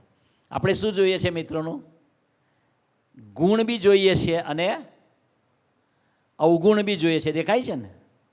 પોઝિટિવ બી જોઈએ છે અને નેગેટિવ જોઈએ છે. પ્રબોધ સ્વામી કે આત્મીયતા વધારવી હોય તો કેવળ ગુણ જોઈ અને પ્રાર્થના કરવાની. બરાબર.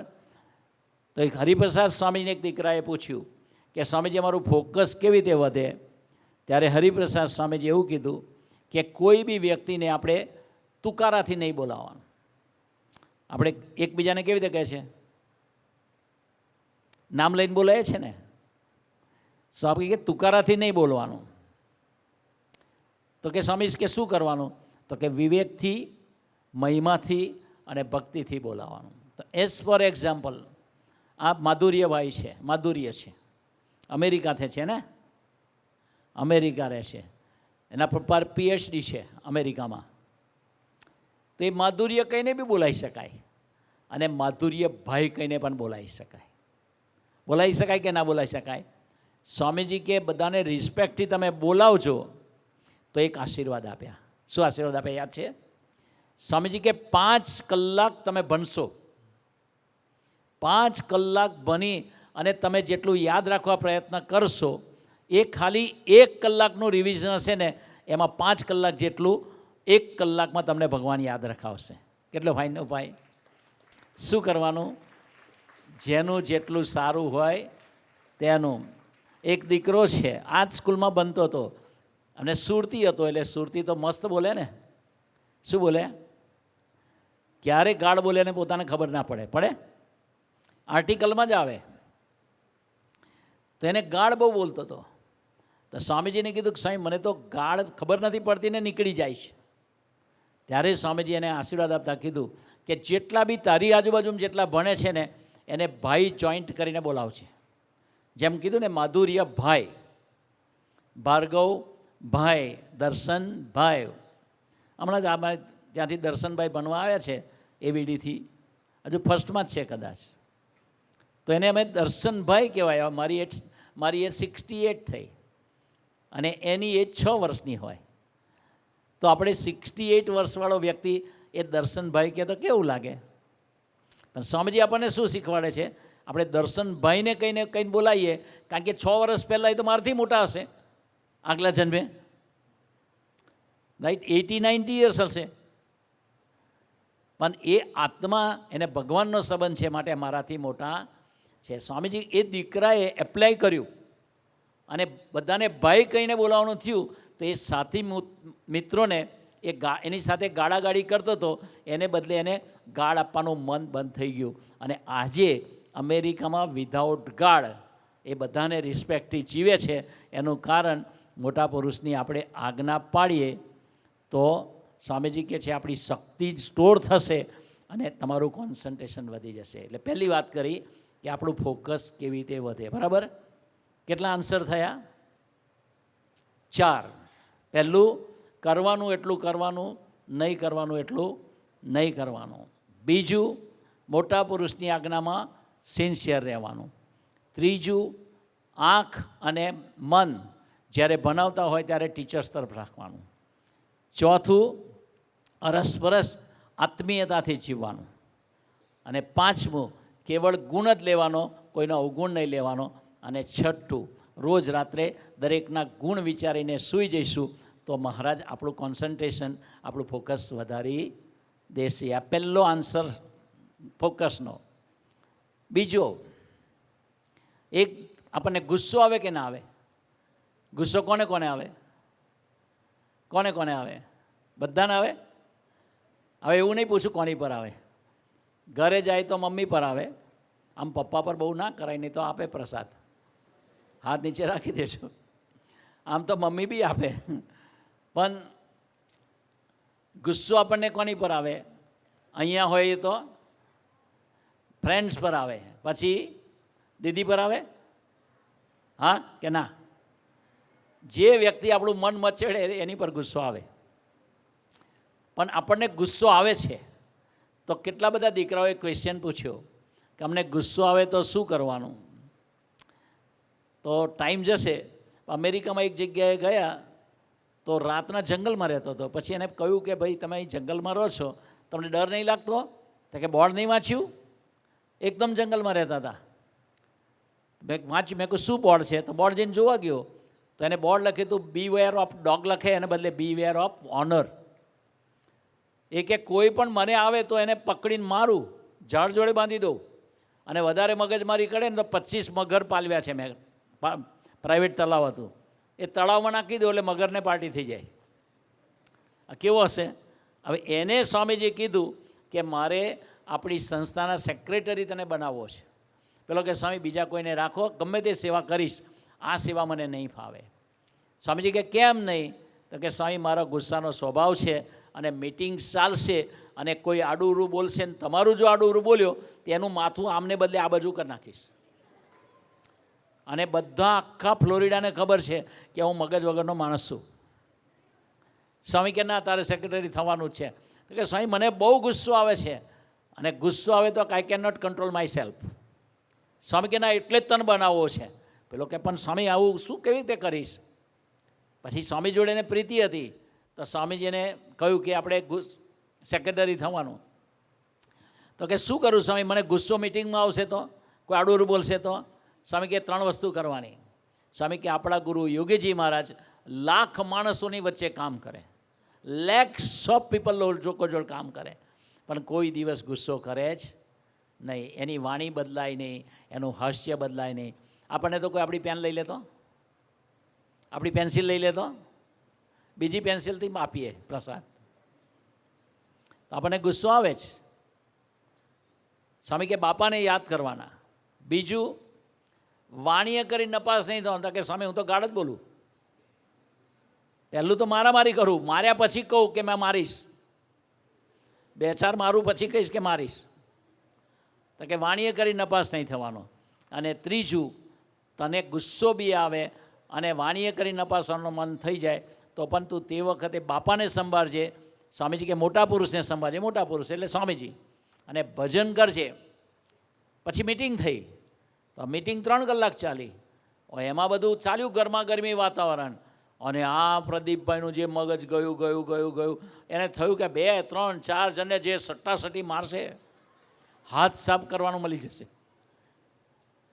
પણ પ્રદીપભાઈને કહ્યું હતું સ્વામીજીએ, યોગીજી મહારાજને યાદ કરવાના, હરિપ્રસાદ સ્વામીને યાદ કરવાના, એના માતૃત્વ અને એના પ્રેમને યાદ કરવાનો અને ભજન કરવાનું, વાણીએ કરી નપાસ નહીં થવાનું. ગુસ્સો તો બહુ આવ્યો, પણ સ્વામીજીની આજ્ઞા પાડી અને બીજે કે ત્રીજે દિવસે સ્વામીજી મળ્યા તો સ્વામીજી કીધું કેવી રહી મિટિંગ? તો કે સ્વામી કે નપાસ થયો તો વાણીએ કરીને? તો કે ના. ગાળ બોલ્યો? તો કે ના. કોઈને માર્યું? તો કે ના. ગુસ્સો આવ્યો તો? તો કે બહુ આવ્યો તો. શું કર્યું? તો કે કશું નહીં. આપે કીધું એમ 3 વસ્તુ કરી, રિએક્ટ નહીં કર્યો, બીજું વાણીએ કરી નપાસ ના થયો, ત્રીજું કોઈને માર્યું નહીં, અને ચોથું ભજન કર્યું. સ્વામી કે જાઓ. હવે સાંભળજો હા, સ્વામીજી આશીર્વાદ આપ્યા. 3 કલાક તમે આજ્ઞાએ કરીને ગુસ્સો ના કર્યો અને ભજન કર્યું. હવે આખી જિંદગી તમને ગુસ્સો કરવો હોય તો તમે ગુસ્સો નહીં કરી શકો. એ અવસ્થામાં બાપા તમને આજથી જ લઈ જશે. તો આપણે એવા આશીર્વાદ જોઈએ છે ને, તો આશીર્વાદ લેવાના. તો આપણા જેવી એમના એક દીકરાએ પ્રબોધ સાહેબને કીધું કે સાહેબ મારું મશીન છે ને બહુ ગરમ થઈ જાય છે. મશીન ગરમ થાય આનંદભાઈ? આનંદભાઈ આપણી મશીન ગરમ થાય? થાય, જોરદાર થાય. પ્રબોધ સાહેબને કીધું પ્રબોધ સાહેબ મારું મશીન બહુ ગરમ થાય છે. સમજી ગયા? મશીન ગરમ થવું એટલે શું? ગુસ્સો. તો પ્રબોધ સ્વામીને કીધું, પ્રબોધ સ્વામી કે મશીન ગરમ થાય ને તો મશીન ઉપર ઠંડુ પાણી નાખી દેવાનું. મશીન ગરમ થાય તો મશીન ઉપર ઠંડુ પાણી નાખી દેવાનું. હવે પેલો તો બોલી તો ગયો.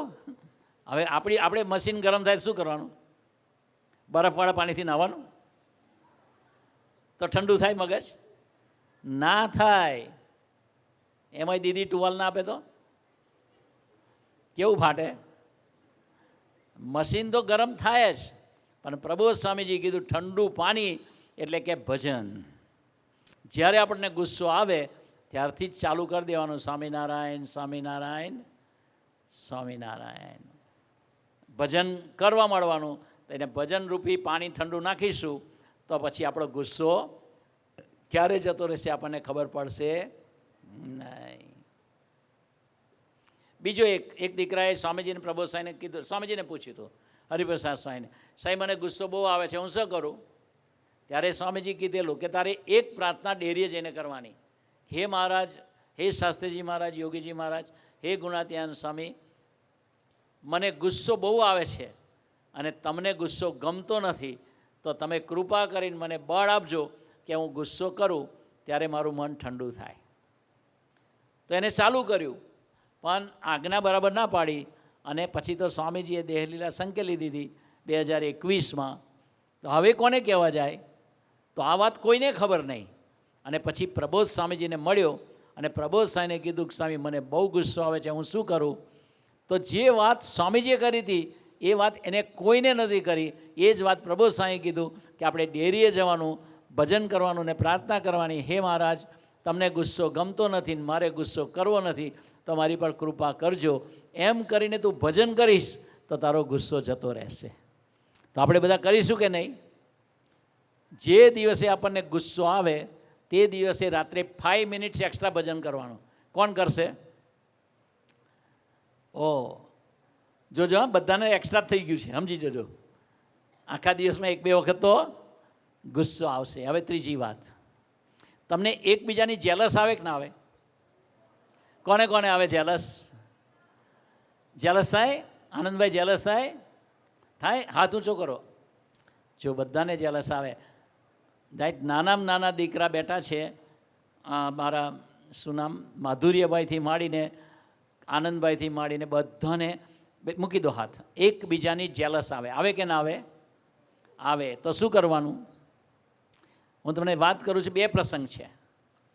એક, પ્રબોધ સ્વામી મને એક વિડીયો સાંભળતો હતો, ધ્યાનથી સાંભળજો.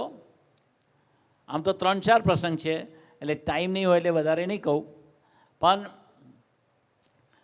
પહેલાંના જમાનામાં કેવી ઈર્ષા, એક પ્રકારની ઈર્ષા તે નહીં કરવાની અને બીજી પ્રકારની ઈર્ષા કરવાની. એક ઓફિશિયલી કરવાની, એક નહીં જ કરવાની. તો પહેલાંના જમાનામાં 9 ઋષિ હતા, એમાં એક પ્રબુદ્ધ ઋષિ હતા અને એનું પરફોર્મન્સ સાઉન્ડ હતું, એની સ્પીચ બી પાવરફુલ, એનો સ્ટડીઝ બી પાવરફુલ. બાકીના 8ને એના માટે જેલસ થઈ. હવે જેલસ થાય એટલે ખબર છે જેલસ એટલે શું? ચાલો, કોણ એક્સપ્લેન કરશે? શું થાય? એક જ વાક્ય બોલજો. જેલસ એટલે જેની જેલસ આવતી હોય એ વ્યક્તિ આપણાથી આગળ વધે તો આપણા હૈયામાં બળતરા થાય. હૈયામાં અંદર હાલી જવાય. અને જે વ્યક્તિ, એ જ વ્યક્તિનું જ્યારે ખરાબ થાય અને હૈયામાં આનંદ થાય તો સમજવાનું એને દ્વેષ કહેવાય. કોઈનું સારું થાય ને આપણને ના ગમે તો એ ઈર્ષા કહેવાય, અને કોઈનું ખરાબ થાય અને અંદર આનંદ થાય તો એને દ્વેષ કહેવાય. તો ઈર્ષા બી નકામી છે અને દ્વેષ બી નકામો છે. તો પેલા 9 જણાએ 8 જણાએ ભેગા થઈ અને આને બાંધ્યો ને એને કીધું કે તને કૂવામાં લટકાઈને ડૂબાડી દઈએ, કેમ કે એને જેલસ આવતી હતી. પછી પેલા એ માફી માગી, દોસ્ત આજ પછી બોલીશ નહીં, હું આજે સ્પીચ બી નહીં કરું, કશું બી નહીં કરું, તમે મને છોડો પ્લીઝ. ત્યારે પેલા 8 જણાએ એને છોડ્યા. આવી ઈર્ષા આપણે નહીં કરવાની. કોઈની ઈર્ષા આવે ને આપણને એને મારવાનું બી મન થાય ને તો મારવાનું નહીં. તો કઈ ઈર્ષા કરવાની? તો કે નારદજી જેવી કરવાની. કેવી? તો નારદજી અને મિસ્ટર તુમરુ, કોણ? ભગવાન લક્ષ્મીનારાયણ પાસે વૈકુંઠ ધામની અંદર. તો તુમરુ બી સારા સિંગર હતા, મ્યુઝિશિયન હતા, અને નારદજી પણ સારા મ્યુઝિશિયન અને સિંગર હતા. પણ તુમરુએ જ્યારે ભજન ગાયા ત્યારે ભગવાન ને લક્ષ્મીજી એટલા બધા રાજી થયા કે એને પોતાના કપડાં આપ્યા, એના ઓર્નામેન્ટ્સ આપ્યા અને ખુશ ખુશ થઈ ગયા. નારદજીને જેલસ થઈ કે આ તુમરુએ ભગવાનની રાજીપો કરી લીધો, મારે પણ રાજીપો લેવો છે. એટલે એને શું કર્યું? નક્કી કર્યું કે હવે હું પણ શીખું એના જેવું. પછી એને એટલું બધું શીખ્યા તોય નંબર ના લાગ્યો. એકય વખત ભગવાને વખાણ્યું નહીં. પછી એને શંકર ભગવાનની આરાધના કરી, શંકર ભગવાનને રાજી કર્યા, એમની પાસે બી વરદાન માગ્યું, તો પણ ભગવાન જે કક્ષાએ રાજી થવા જોઈએ ના થયા. તો એવું કેટલા વર્ષ કર્યું ખબર છે ને? 7 મન્વંતર. એક મન્વંતર એટલે 30 કરોડ ને 85 લાખ વર્ષ. એ ટોટલ એને 216 કરોડ વર્ષ સુધી એ ગાન વિદ્યા શીખ્યા, તો પણ ભગવાન રાજી થયા નહીં. પછી ભગવાને એને પ્રેરણા કરી કે તું તુમરુ પાસે ગાન વિદ્યા શીખ. જેની તમને જેલસ આવે છે એની પાસે દાસ થઈને શીખીશ, તો પછી એની તુમરુને કીધું કે તું મને શીખવાડ, અને તુમરુ પાસે ગાન વિદ્યા શીખ્યા. ત્યારે ભગવાન કેટલા વર્ષ પછી રાજી થયા? 216 વર્ષ પછી. તો આપણે આપણાથી જે આગળ હોય એની પાછળ આપણે નજર રાખી અને આપણે શીખવા પ્રયત્ન કરીએ તો આપણી ઈર્ષા હોય તે જતી રહેતા વાર લાગે નહીં. તો એક દીકરો છે, અહીંયા 2 પ્રસંગ બન્યા હતા, એક યશ અને એક આદિત્ય, 2 દીકરાઓ હતા અહીંયા ભણતા હતા. તેમાંથી આદિત્યભાઈને યશભાઈની ઈર્ષા આવતી હતી. યશભાઈની ઈર્ષા આદિત્યભાઈને આવતી હતી. અને આદિત્યભાઈ હંમેશા સ્પોર્ટ્સમાં દરેક જગ્યાએ ફર્સ્ટ આવતા હતા. અહીંયા તમારી 100 મીટરની દોડવાનું હોય છે ને, રનિંગ, તો એને આવી ગુરુ પૂર્ણિમા હતી. અને ગુરુ પૂર્ણિમાના દિવસે ટીચરે વાત કરી છે કે આપણે ગુરુ પાસે સંકલ્પ કરી અને આપણી કોઈ નેગેટિવ વસ્તુ હોય એ ભગવાનને પ્રાર્થના કરવાની, હે સ્વામીજી મારી નેગેટિવ વસ્તુ લઈ લેજો. તો એ કે તને શું પ્રોબ્લેમ છે?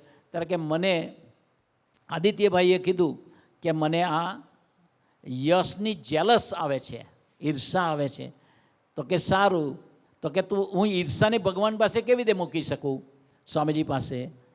તો કે નક્કી રાખવાનું કે યશભાઈની તમને ઈર્ષા આવે છે તો યશના ગુણો વિચારવાના અને ભગવાનને પ્રાર્થના કરવાની કે હે મહારાજ મને યશભાઈ માટે ઈર્ષા આવે છે અને યશભાઈની અંદર આટલા સારા સારા ગુણો આપ્યા છે, તો કૃપા કરીને મારી ઈર્ષા ટાળજો. આવી પ્રાર્થના કરી અને સંકલ્પ કરવાનો. પછી એ દીકરાએ કર્યું. પછી એ ઓલવેઝ આદિત્ય ફર્સ્ટ આવતો હતો સ્પોર્ટ્સની અંદર. પણ જ્યારે આવી પ્રાર્થના કરી તેના મનની અંદર ભગવાને ભાવના જગાડી. પછી બીજી વખત જ્યારે ગેમ્સમાં સ્પોર્ટ્સની અંદર જ્યારે દોડવાનું આવ્યું ત્યારે યશ હંમેશા સેકન્ડ આવતો હતો અને આદિત્ય હંમેશા ફર્સ્ટ આવતો હતો. પણ તે દિવસે યશભાઈ ફર્સ્ટ આવ્યા અને આદિત્યભાઈ સેકન્ડ આવ્યા. તો આદિત્યભાઈ સેકન્ડ આવે તો એને ડર થાય કે ના થાય? એક તો જેલસ થતી હતી એની, અને બીજી બાજુ એ ફર્સ્ટ આવ્યા. તો આદિત્યભાઈ એકદમ આનંદમાં આવી ગયા. તો પછી ટીચર્સને બધા એના સાથેવાળાએ કીધું કે આદિત્ય તારો ફર્સ્ટ આવતો હતો ને આજે સેકન્ડ આવ્યો, તો તું કેમ આનંદમાં આવ્યો છું? તો કે મારું આજે રનિંગ છે એની અંદર હું સેકન્ડ આવ્યો છું, પણ સ્વામીજીની દુનિયામાં અને આત્મીયતાની દુનિયામાં હું ફર્સ્ટ આવ્યો છું. કારણ કે જે યશભાઈનો ઉત્કર્ષ જોઈને મને જેલસ થતી હતી, આજે યશભાઈનો ઉત્કર્ષ જોઈ અને મને હૈયામાં આનંદ થાય છે. આપણે આવું કરવું છે કે નથી કરવું? કરવું છે ને? તો આ સ્કૂલની અંદર એકેડેમિકની સાથે સાથે આવું સ્પિરિચ્યુઅલ પણ શીખવાડવામાં આવે છે. એટલા માટે આપણે ભાગ્યશાળી છીએ. એક થર્ડ દીકરાની વાત કરું, એનું નામ આગમ હતું. આગમ કરીને એક દીકરો હતો. એને ગુરુ હરિપ્રસાદ સ્વામીને કીધું કે સ્વામી મને બધાની ઈર્ષા બહુ આવે છે. ત્યારે ગુરુ હરિપ્રસાદ સ્વામીજી કીધું કે તું 2 વસ્તુ કરીશ? તો કે હા સ્વામી કરીશ. તો એક, તારાથી જેટલા જેટલા આગળ છે એ બધા જ પ્રભુના દીકરા છે, બાપાના દીકરા છે એવું માની અને મારા ભાઈઓ જ છે એવું માની અને એનું જેટલું સારું હોય તેટલું તો વિચાર છે. અને રાત્રે સૂતી વખતે એ તારા બધા જ ભાઈઓ જેને વિશે તને ઈર્ષા આવે છે એનું સારું વિચારીને પ્રાર્થના કરજે, જ્યાં તારામાંથી ઈર્ષા નીકળી જશે. આટલું એને કર્યું તો એ સ્કૂલમાં ટોપર નહોતો આવતો, પણ એ 12થમાં એ ટોપર આવ્યો. એક જ આજ્ઞા પાડી તો ઈર્ષા બી ગઈ અને ટોપર બી આવ્યા. તો મૂળ વસ્તુ શું છે કે મોટા પુરુષની આજ્ઞા આપણે વિશ્વાસપૂર્વક પાડીશું. તો એક બોમ્બેના દીકરાની વાત કરું છું, એનું નામ છે મુકેશ મક્ખનવાલા. એને 2004માં 2004માં CA ભણવાનું ચાલુ કર્યું, ચાર્ટર એકાઉન્ટન્ટનું. તો સ્વામીજીના આશીર્વાદ લીધા કે સ્વામીજી હું CA થઈ જાઉં એવા આશીર્વાદ આપજો. સ્વામીજીએ 2 વાત કરી કે તું હાર્ડવર્ક કરજે, ફોકસ રાખીને ભણજે. બીજી વાત સ્વામીજી કીધું કે તું ધીરજ રાખજે. અને ત્રીજી વાત કરી, વિશ્વાસ રાખજે કે મને પ્રભુ CA બનાવશે, જ ને જ. 3 વાત કરી, એક હાર્ડવર્ક, બીજું ફોકસ અને ત્રીજું વિશ્વાસ, ધીરજ રાખીને વિશ્વાસ.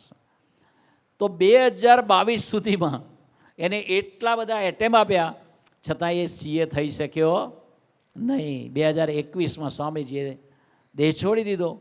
2022માં પ્રબોધ સ્વામી બોમ્બે આવ્યા ત્યારે મને વાત કરી, પછી પ્રબોધ સ્વામી પાસે લઈ ગયો. મેં કહું આ મુકેશ 18 વર્ષથી ચાર્ટર એકાઉન્ટન્ટની એક્ઝામ આવે છે પણ ફેલ થવાય છે, આપ આશીર્વાદ આપો. પ્રબોધ સ્વામી કે સ્વામીજી શું કીધું? તો કે ધીરજ, ભજન અને ફોકસ. તો કે ત્યાર ત્રણેય કરું છું, તમે આશીર્વાદ આપો. પ્રભુ સ્વામી કે તમે આ જ વસ્તુ પકડી રાખો. તોય ફેલ થયો 2022માં. પછી 2022માં ફેલ થયા પછી પ્રબોધ સ્વામીને પાછો મળ્યો. પ્રબોધ સ્વામીને કીધું પ્રબોધ સ્વામી હું 2-4 માર્ક્સ માટે રહી ગયો છું. ત્યારે પ્રબોધ સ્વામી કીધું ચિંતા ના કરશ, કે તને સ્વામીજી આશીર્વાદ આપ્યા છે ને, હવે તારા માટે હું પ્રાર્થના કરીશ. શું કીધું પ્રબોધ સ્વામીએ? તારા માટે હું ભજન કરીશ. અને પ્રબોધ સ્વામીએ ભજન કર્યું, જેના ફળ સ્વરૂપે એ દીકરો ચાર્ટર્ડ એકાઉન્ટન્ટ 18 વર્ષ પછી થયો. આપણે શું વિચારવાનું? 3 વસ્તુ યાદ રાખવાની છે: ધીરજ, ભજન અને વિશ્વાસ ને હાર્ડવર્ક. છેલ્લા એક પ્રસંગની વાત કરું એમ કે અમારે ત્યાં આ વિજુ સરની વાત કરી લો. પહેલાં વિજુ સર જ્યારે 3rd હતા, કયા સ્ટાન્ડર્ડમાં? આમાં 3rd કોણ છે? 3rd વાળી મંડળ પેલી બાજુ છે. ઓકે. વિજુ સર જ્યારે 3rd હતા ને ત્યારે એને 80% આવ્યા હતા. કેટલા? 82% સમથિંગ. પછી સ્વામીજીની પાસે ગયા અને સ્વામીજીને કીધું કે સ્વામીજી આના 82% આવ્યા છે. તો 3rd હશે તો એબાઉટ 9 years old હશે. ત્યારે સ્વામીજી એક વાત કરી હતી. કેટલો નાનો દીકરો? સ્વામીજી કે 80% તો હ્યુમન એફર્ટથી આવે. માણસ પ્રયત્ન કરે, મહેનત કરે તો 80% તો આવે.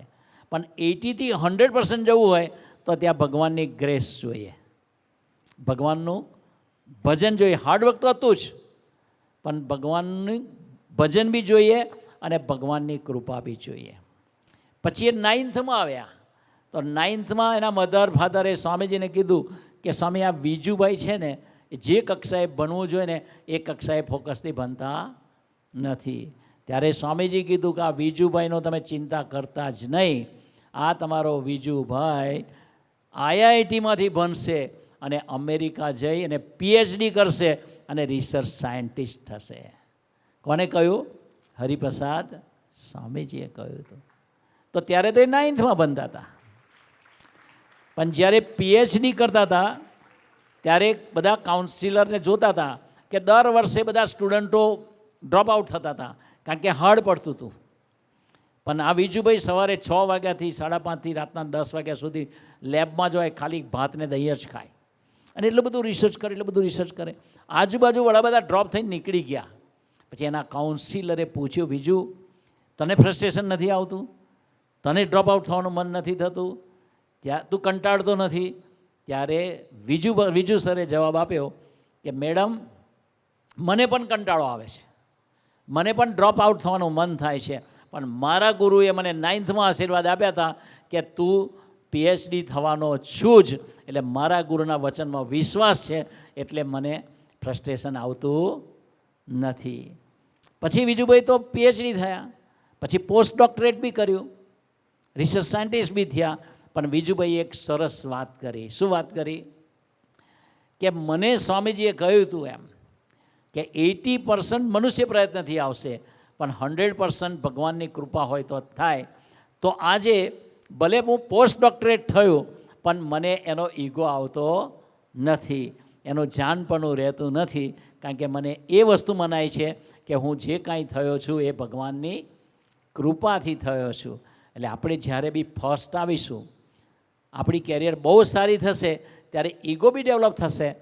પણ આપણે જે સ્કૂલમાં બનીએ છીએ તેમાં ફર્સ્ટ બી લાવવાના છે અને ઈગો બી રાખવાનો નથી. એક બોમ્બેના દીકરાની છેલ્લે વાત કરું છું કે એનું નામ છે નિહિલભાઈ.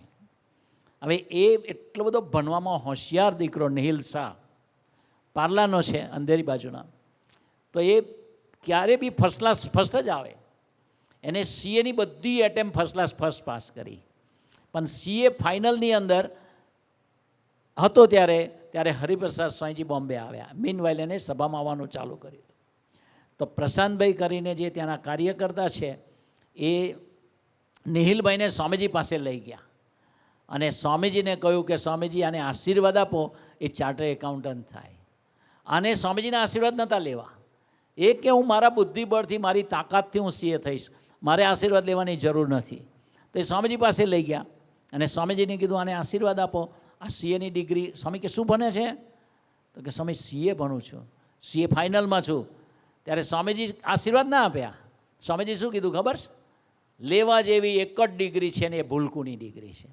આ પેલાને ખબર ના પડે વોટ ઇઝ ભૂલકું. ફર્સ્ટ ટાઈમ હતો એટલે એને એમ કે ભલે ને હવે. પછી એને સીએની પરીક્ષા આપી તો એ કોઈ દિવસ ફેલ જ નહીં થયેલો. તો સીએમાં ફેલ થયો એ એટેમ્પમાં. હવે એને થયું કે યાર હું બિલીવ નથી કરી શકતો કે હું ફેલ કેમ થયો. કારણ હું સીએ ફાઇનલવાળાને બી હું ભણાવું છું, સીએ ફર્સ્ટ ગ્રુપવાળાને બનાવું છું, આઈપીસીસીવાળાને બનાવું છું અને સીએ ફાઇનલવાળાને બી બનાવું છું. અને હું જેને બનાવું છું એ પાસ થઈ જાય છે તો હું થોડો ફેલ થાઉં. અને થઈ ગયો. તો બીજો જ્યારે એટેમ્પ આવ્યો એના પછીનો, ત્યારે પણ સ્વામીજી પાછા બોમ્બેમાં આવ્યા. ત્યારે પણ પ્રશાંતભાઈ લઈ ગયા. એને કીધું ભાઈ રહેવા દે યાર, સ્વામીજી પાસે ના લઈ જતા મને આશીર્વાદ લેવા માટે, હું સીએ થઈ જ જવાનો છું. પાછા સ્વામીજી પાસે ગયા અને સ્વામી કે ના ના, આને સીએના આશીર્વાદ આપો. ત્યારે ફરીથી સ્વામીજી હરિપ્રસાદ સ્વામી કીધું લેવા જેવી ડિગ્રી એક ભૂલકુની છે. તો બી એને કંઈ થયું નહીં, પણ તું સભા પર છે કે. એટલે એને સભા સ્ટાર્ટ કરી રેગ્યુલર થઈ ગયા. તો બીજા એટેમ્પમાં પણ એ ફેલ થયા. પછી ત્રીજા એટેમ્પ વખતે પાછા સ્વામીજી પધાર્યા. ત્યારે પણ સ્વામીજી કીધું લેવા જેવી ડિગ્રી એક ભૂલકું છે. પછી ચોથામાં ફેલ થયો. ચોથી વખત પણ સ્વામીજી પધાર્યા. પાંચમી વખત સ્વામીજી પધાર્યા. ત્યારે પણ સ્વામીજી સેમ કીધું કે આપણે લેવા જેવી ડિગ્રી એક તો ભૂલકુની છે. પણ એ 3 વર્ષ સભાઓ ભરીને એટલે એને ખબર પડી ગઈ કે મારી બુદ્ધિ શક્તિ છે, મારી અંદર બુદ્ધિ છે પણ બુદ્ધિ યોગ નથી. એને મનાયું કે મારે હું સીએ ભલે થઉં પણ ભગવાનની અને કૃપાથી જ થઈશ, મારી બુદ્ધિના બળે થઈશ નહીં. તો છેલ્લા વર્ષે એને મનાઈ ગયું કે નાવ મારે લેવા જેવી ડિગ્રી એક ભૂલકુની છે. મીન્સ બનવાનું તો છે પણ ભગવાનને પ્રભુ જ બુદ્ધિ યોગ આપે છે, પ્રભુ જ શક્તિ આપે છે, પ્રભુ જ ફોકસ આપે છે. એવા ભાવથી એને બનવાનું શરૂ કર્યું. ત્યારે એ છઠ્ઠા એટેમ્પમાં એ સીએ થઈ ગયા અને ત્યારે સારા ટોપર બી થયા. અને ત્યારે એને ખબર પડી કે મને 2 ડિગ્રી એક સાથે મળી, એક સીએની ડિગ્રી મળી અને બીજું ભૂલકુની ડિગ્રી મળી. બરાબર? એમ આપણા જીવનની અંદર આપણે આગળ વધવું છે, સાથોસાથ આપણે ભૂલકુની ડિગ્રી બનવી છે. તો આપણે અહીંયાથી ટેક અવે શું છે? આપણે ગુરુ દક્ષિણામાં શું આપીશું? તો કે ગુરુ દક્ષિણામાં શું આવવું છે? તો સ્વામીજીએ કહ્યું હતું એમ કે અહીંયાથી જ્યારે પાસ આઉટ થઈને 12th પછી તમે જાઓ તો 3 વસ્તુ કરજો. સ્વામી કે જીવતા રહેજો, મરેલા નહીં. પછી સ્વામીજીએ સમજાવ્યું જીવતા એટલે શું? તો કે અહીંયા જે ભણાવ્યું છે, અહીંયાથી જે મેળવ્યું છે, અહીંયાથી જે શીખ્યું છે એ બધી વસ્તુ યાદ રાખજો. દુનિયાની આ એક જ સ્કૂલ એવી છે કે પાસ આઉટ થયેલા વિદ્યાર્થીનું પણ ટીચરો ધ્યાન રાખે છે. કોઈ ધ્યાન રાખવા કોઈને ટાઈમ નથી. હવે દર વર્ષે 40ની બેચ જતી હોય તો 40ના આટલા 20 વર્ષ થયા હોય તો 800,000 દીકરાઓ પાસ આઉટ થઈને બહાર ગયા હોય. એનું જતન કોણ કરતું હશે? પણ આ જે આપણા બધા ટીચરો છે એ સ્વામીજીની આજ્ઞાથી મા જેવા છે. તો એ આપણું ધ્યાન રાખે છે. તો પહેલી વસ્તુ આપણને જે ભણાવ્યું છે એ ભૂલવાનું નથી. બીજી વસ્તુ ટીચર્સની સાથે આપણે કોમ્યુનિકેટ કરતા રહેવું છે. આપણે ભલે 12th આપીને બહાર જઈએ. અને ત્રીજી વસ્તુ સુહૃદ સ્વામી જેવા મા જેવા સાધુ એની ગોદમાં આપણે રહેવું છે અને એમની સાથે પ્રીતિ રાખવી છે. અમે હમણાં 2 દિવસથી આવ્યા તો કેટલા બધા ખાનગી કરવા આવ્યા. ખાનગીમાં કોમન ક્વેશ્ચન ગુસ્સાનો, જેલસનો, ગંદા વિચારનો. તો આજે ગુરુ દક્ષિણામાં આપણે કંઈક આપવું છે. તો સ્વામીજી કહ્યું સુરજ સ્વામી જેવા મા જેવા સાધુ છે એની જોડે ખુલ્લા દિલે વર્તજો. અમેરિકામાં વિજુભાઈ જેવું ભણ્યા છે એટલું ભણેલા 3 પોસ્ટ ડોક્ટરેટ એટલે રિસર્ચ સાયન્ટિસ્ટ એ દીકરાઓએ સ્વામીજીને પ્રાર્થના કરી કે સ્વામીજી અમારે અમને પીએચડી થયા છીએ, સાયન્ટિસ્ટ થયા છે, એનું જાણપણું ના રહે અને તારે લઈને હું જીવવું છે એવી ભાવનાથી જીવવા માટે તમે મને આશીર્વાદ આપજો. એ ત્રણેય એવી પ્રાર્થના કરી. સ્વામી કહે તો થશે જ. પાટલું પાક્કું રાખો, 2 સારા સાધુ ને 4 સારા હરિભક્ત સાથે દોસ્તી રાખજો. તો આપણને સુહૃદ સ્વામીજી એવા આપ્યા છે કે જેની ગોદમાં સમય અને આપણે ભૂલકુની યાત્રા પણ બનવાની સાથે સાથે કરવી છે. તો આજે ગુરુ પૂર્ણિમાના દિવસે આપણને કોમન હજુ ક્વેશ્ચન છે સાથી કે આપણે ગંગા જમના છે. ગંગા જમના એટલે શું?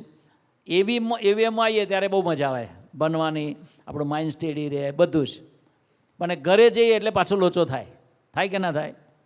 ઘરે જઈએ એટલે ફ્રીડમ મળે, ઘરે જઈએ એટલે રિલેક્સ થઈ જઈએ, ઘરે જઈએ એટલે મોબાઈલ હાથમાં આવે, ઘરે જોઈએ એટલે ટીવી જમવાનું મળે, ઘરે જઈએ એટલે મનમુખી જીવવાનું થોડું મળે.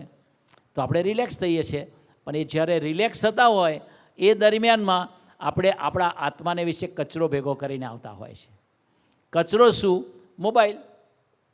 કચરો શું? મોબાઈલમાં સારું પણ હોય છે અને ખરાબ પણ હોય છે, પણ આપણું માઇન્ડ ખરાબ વસ્તુને વધારે કેપ્ચર કરે છે. અને એ ખરાબ વસ્તુ આપણે જોઈ છે, વિચારી છે, અને જે 12થમાં આવે, 11થમાં આવે, એ નેચરલી બાયોલોજિકલ ચેન્જીસ આવે બોડીમાં, હોર્મોન્સ ચેન્જ થાય. અને એ ટાઈમે આવી ગંદકી આત્માને વિશે નાખીએ એટલે આપણું મન ગંદુ થઈ જાય. એટલે આપણે આજે ગુરુ પૂર્ણિમાના દિવસે એક વસ્તુ ભગવાનના ચરણો મૂકવી છે. આમ તો 5 વસ્તુ મૂકવાની છે. પહેલું, અમારે ફોકસ રાખીને જીવવું છે, એના માટે અમારે હાર્ડવર્ક કરવું છે. બીજી વસ્તુ, અમારે બીજાના ગુણ જ લેવા છે, કોઈનો અવગુણ લેવો નથી. ત્રીજી વસ્તુ, રોજ રાત્રે જ્યારે પણ નપાસ થઈએ ત્યારે, અને નપાસ ના થઈએ પણ ત્યારે પણ આપણે પ્રાર્થના કરીને ભજન કરીને સૂવું છે. ચોથું, ખુલ્લા દિલે ટીચર્સ સાથે અને ખુલ્લા દિલે સુહૃદ સ્વામી જોડે વાત કરવી છે.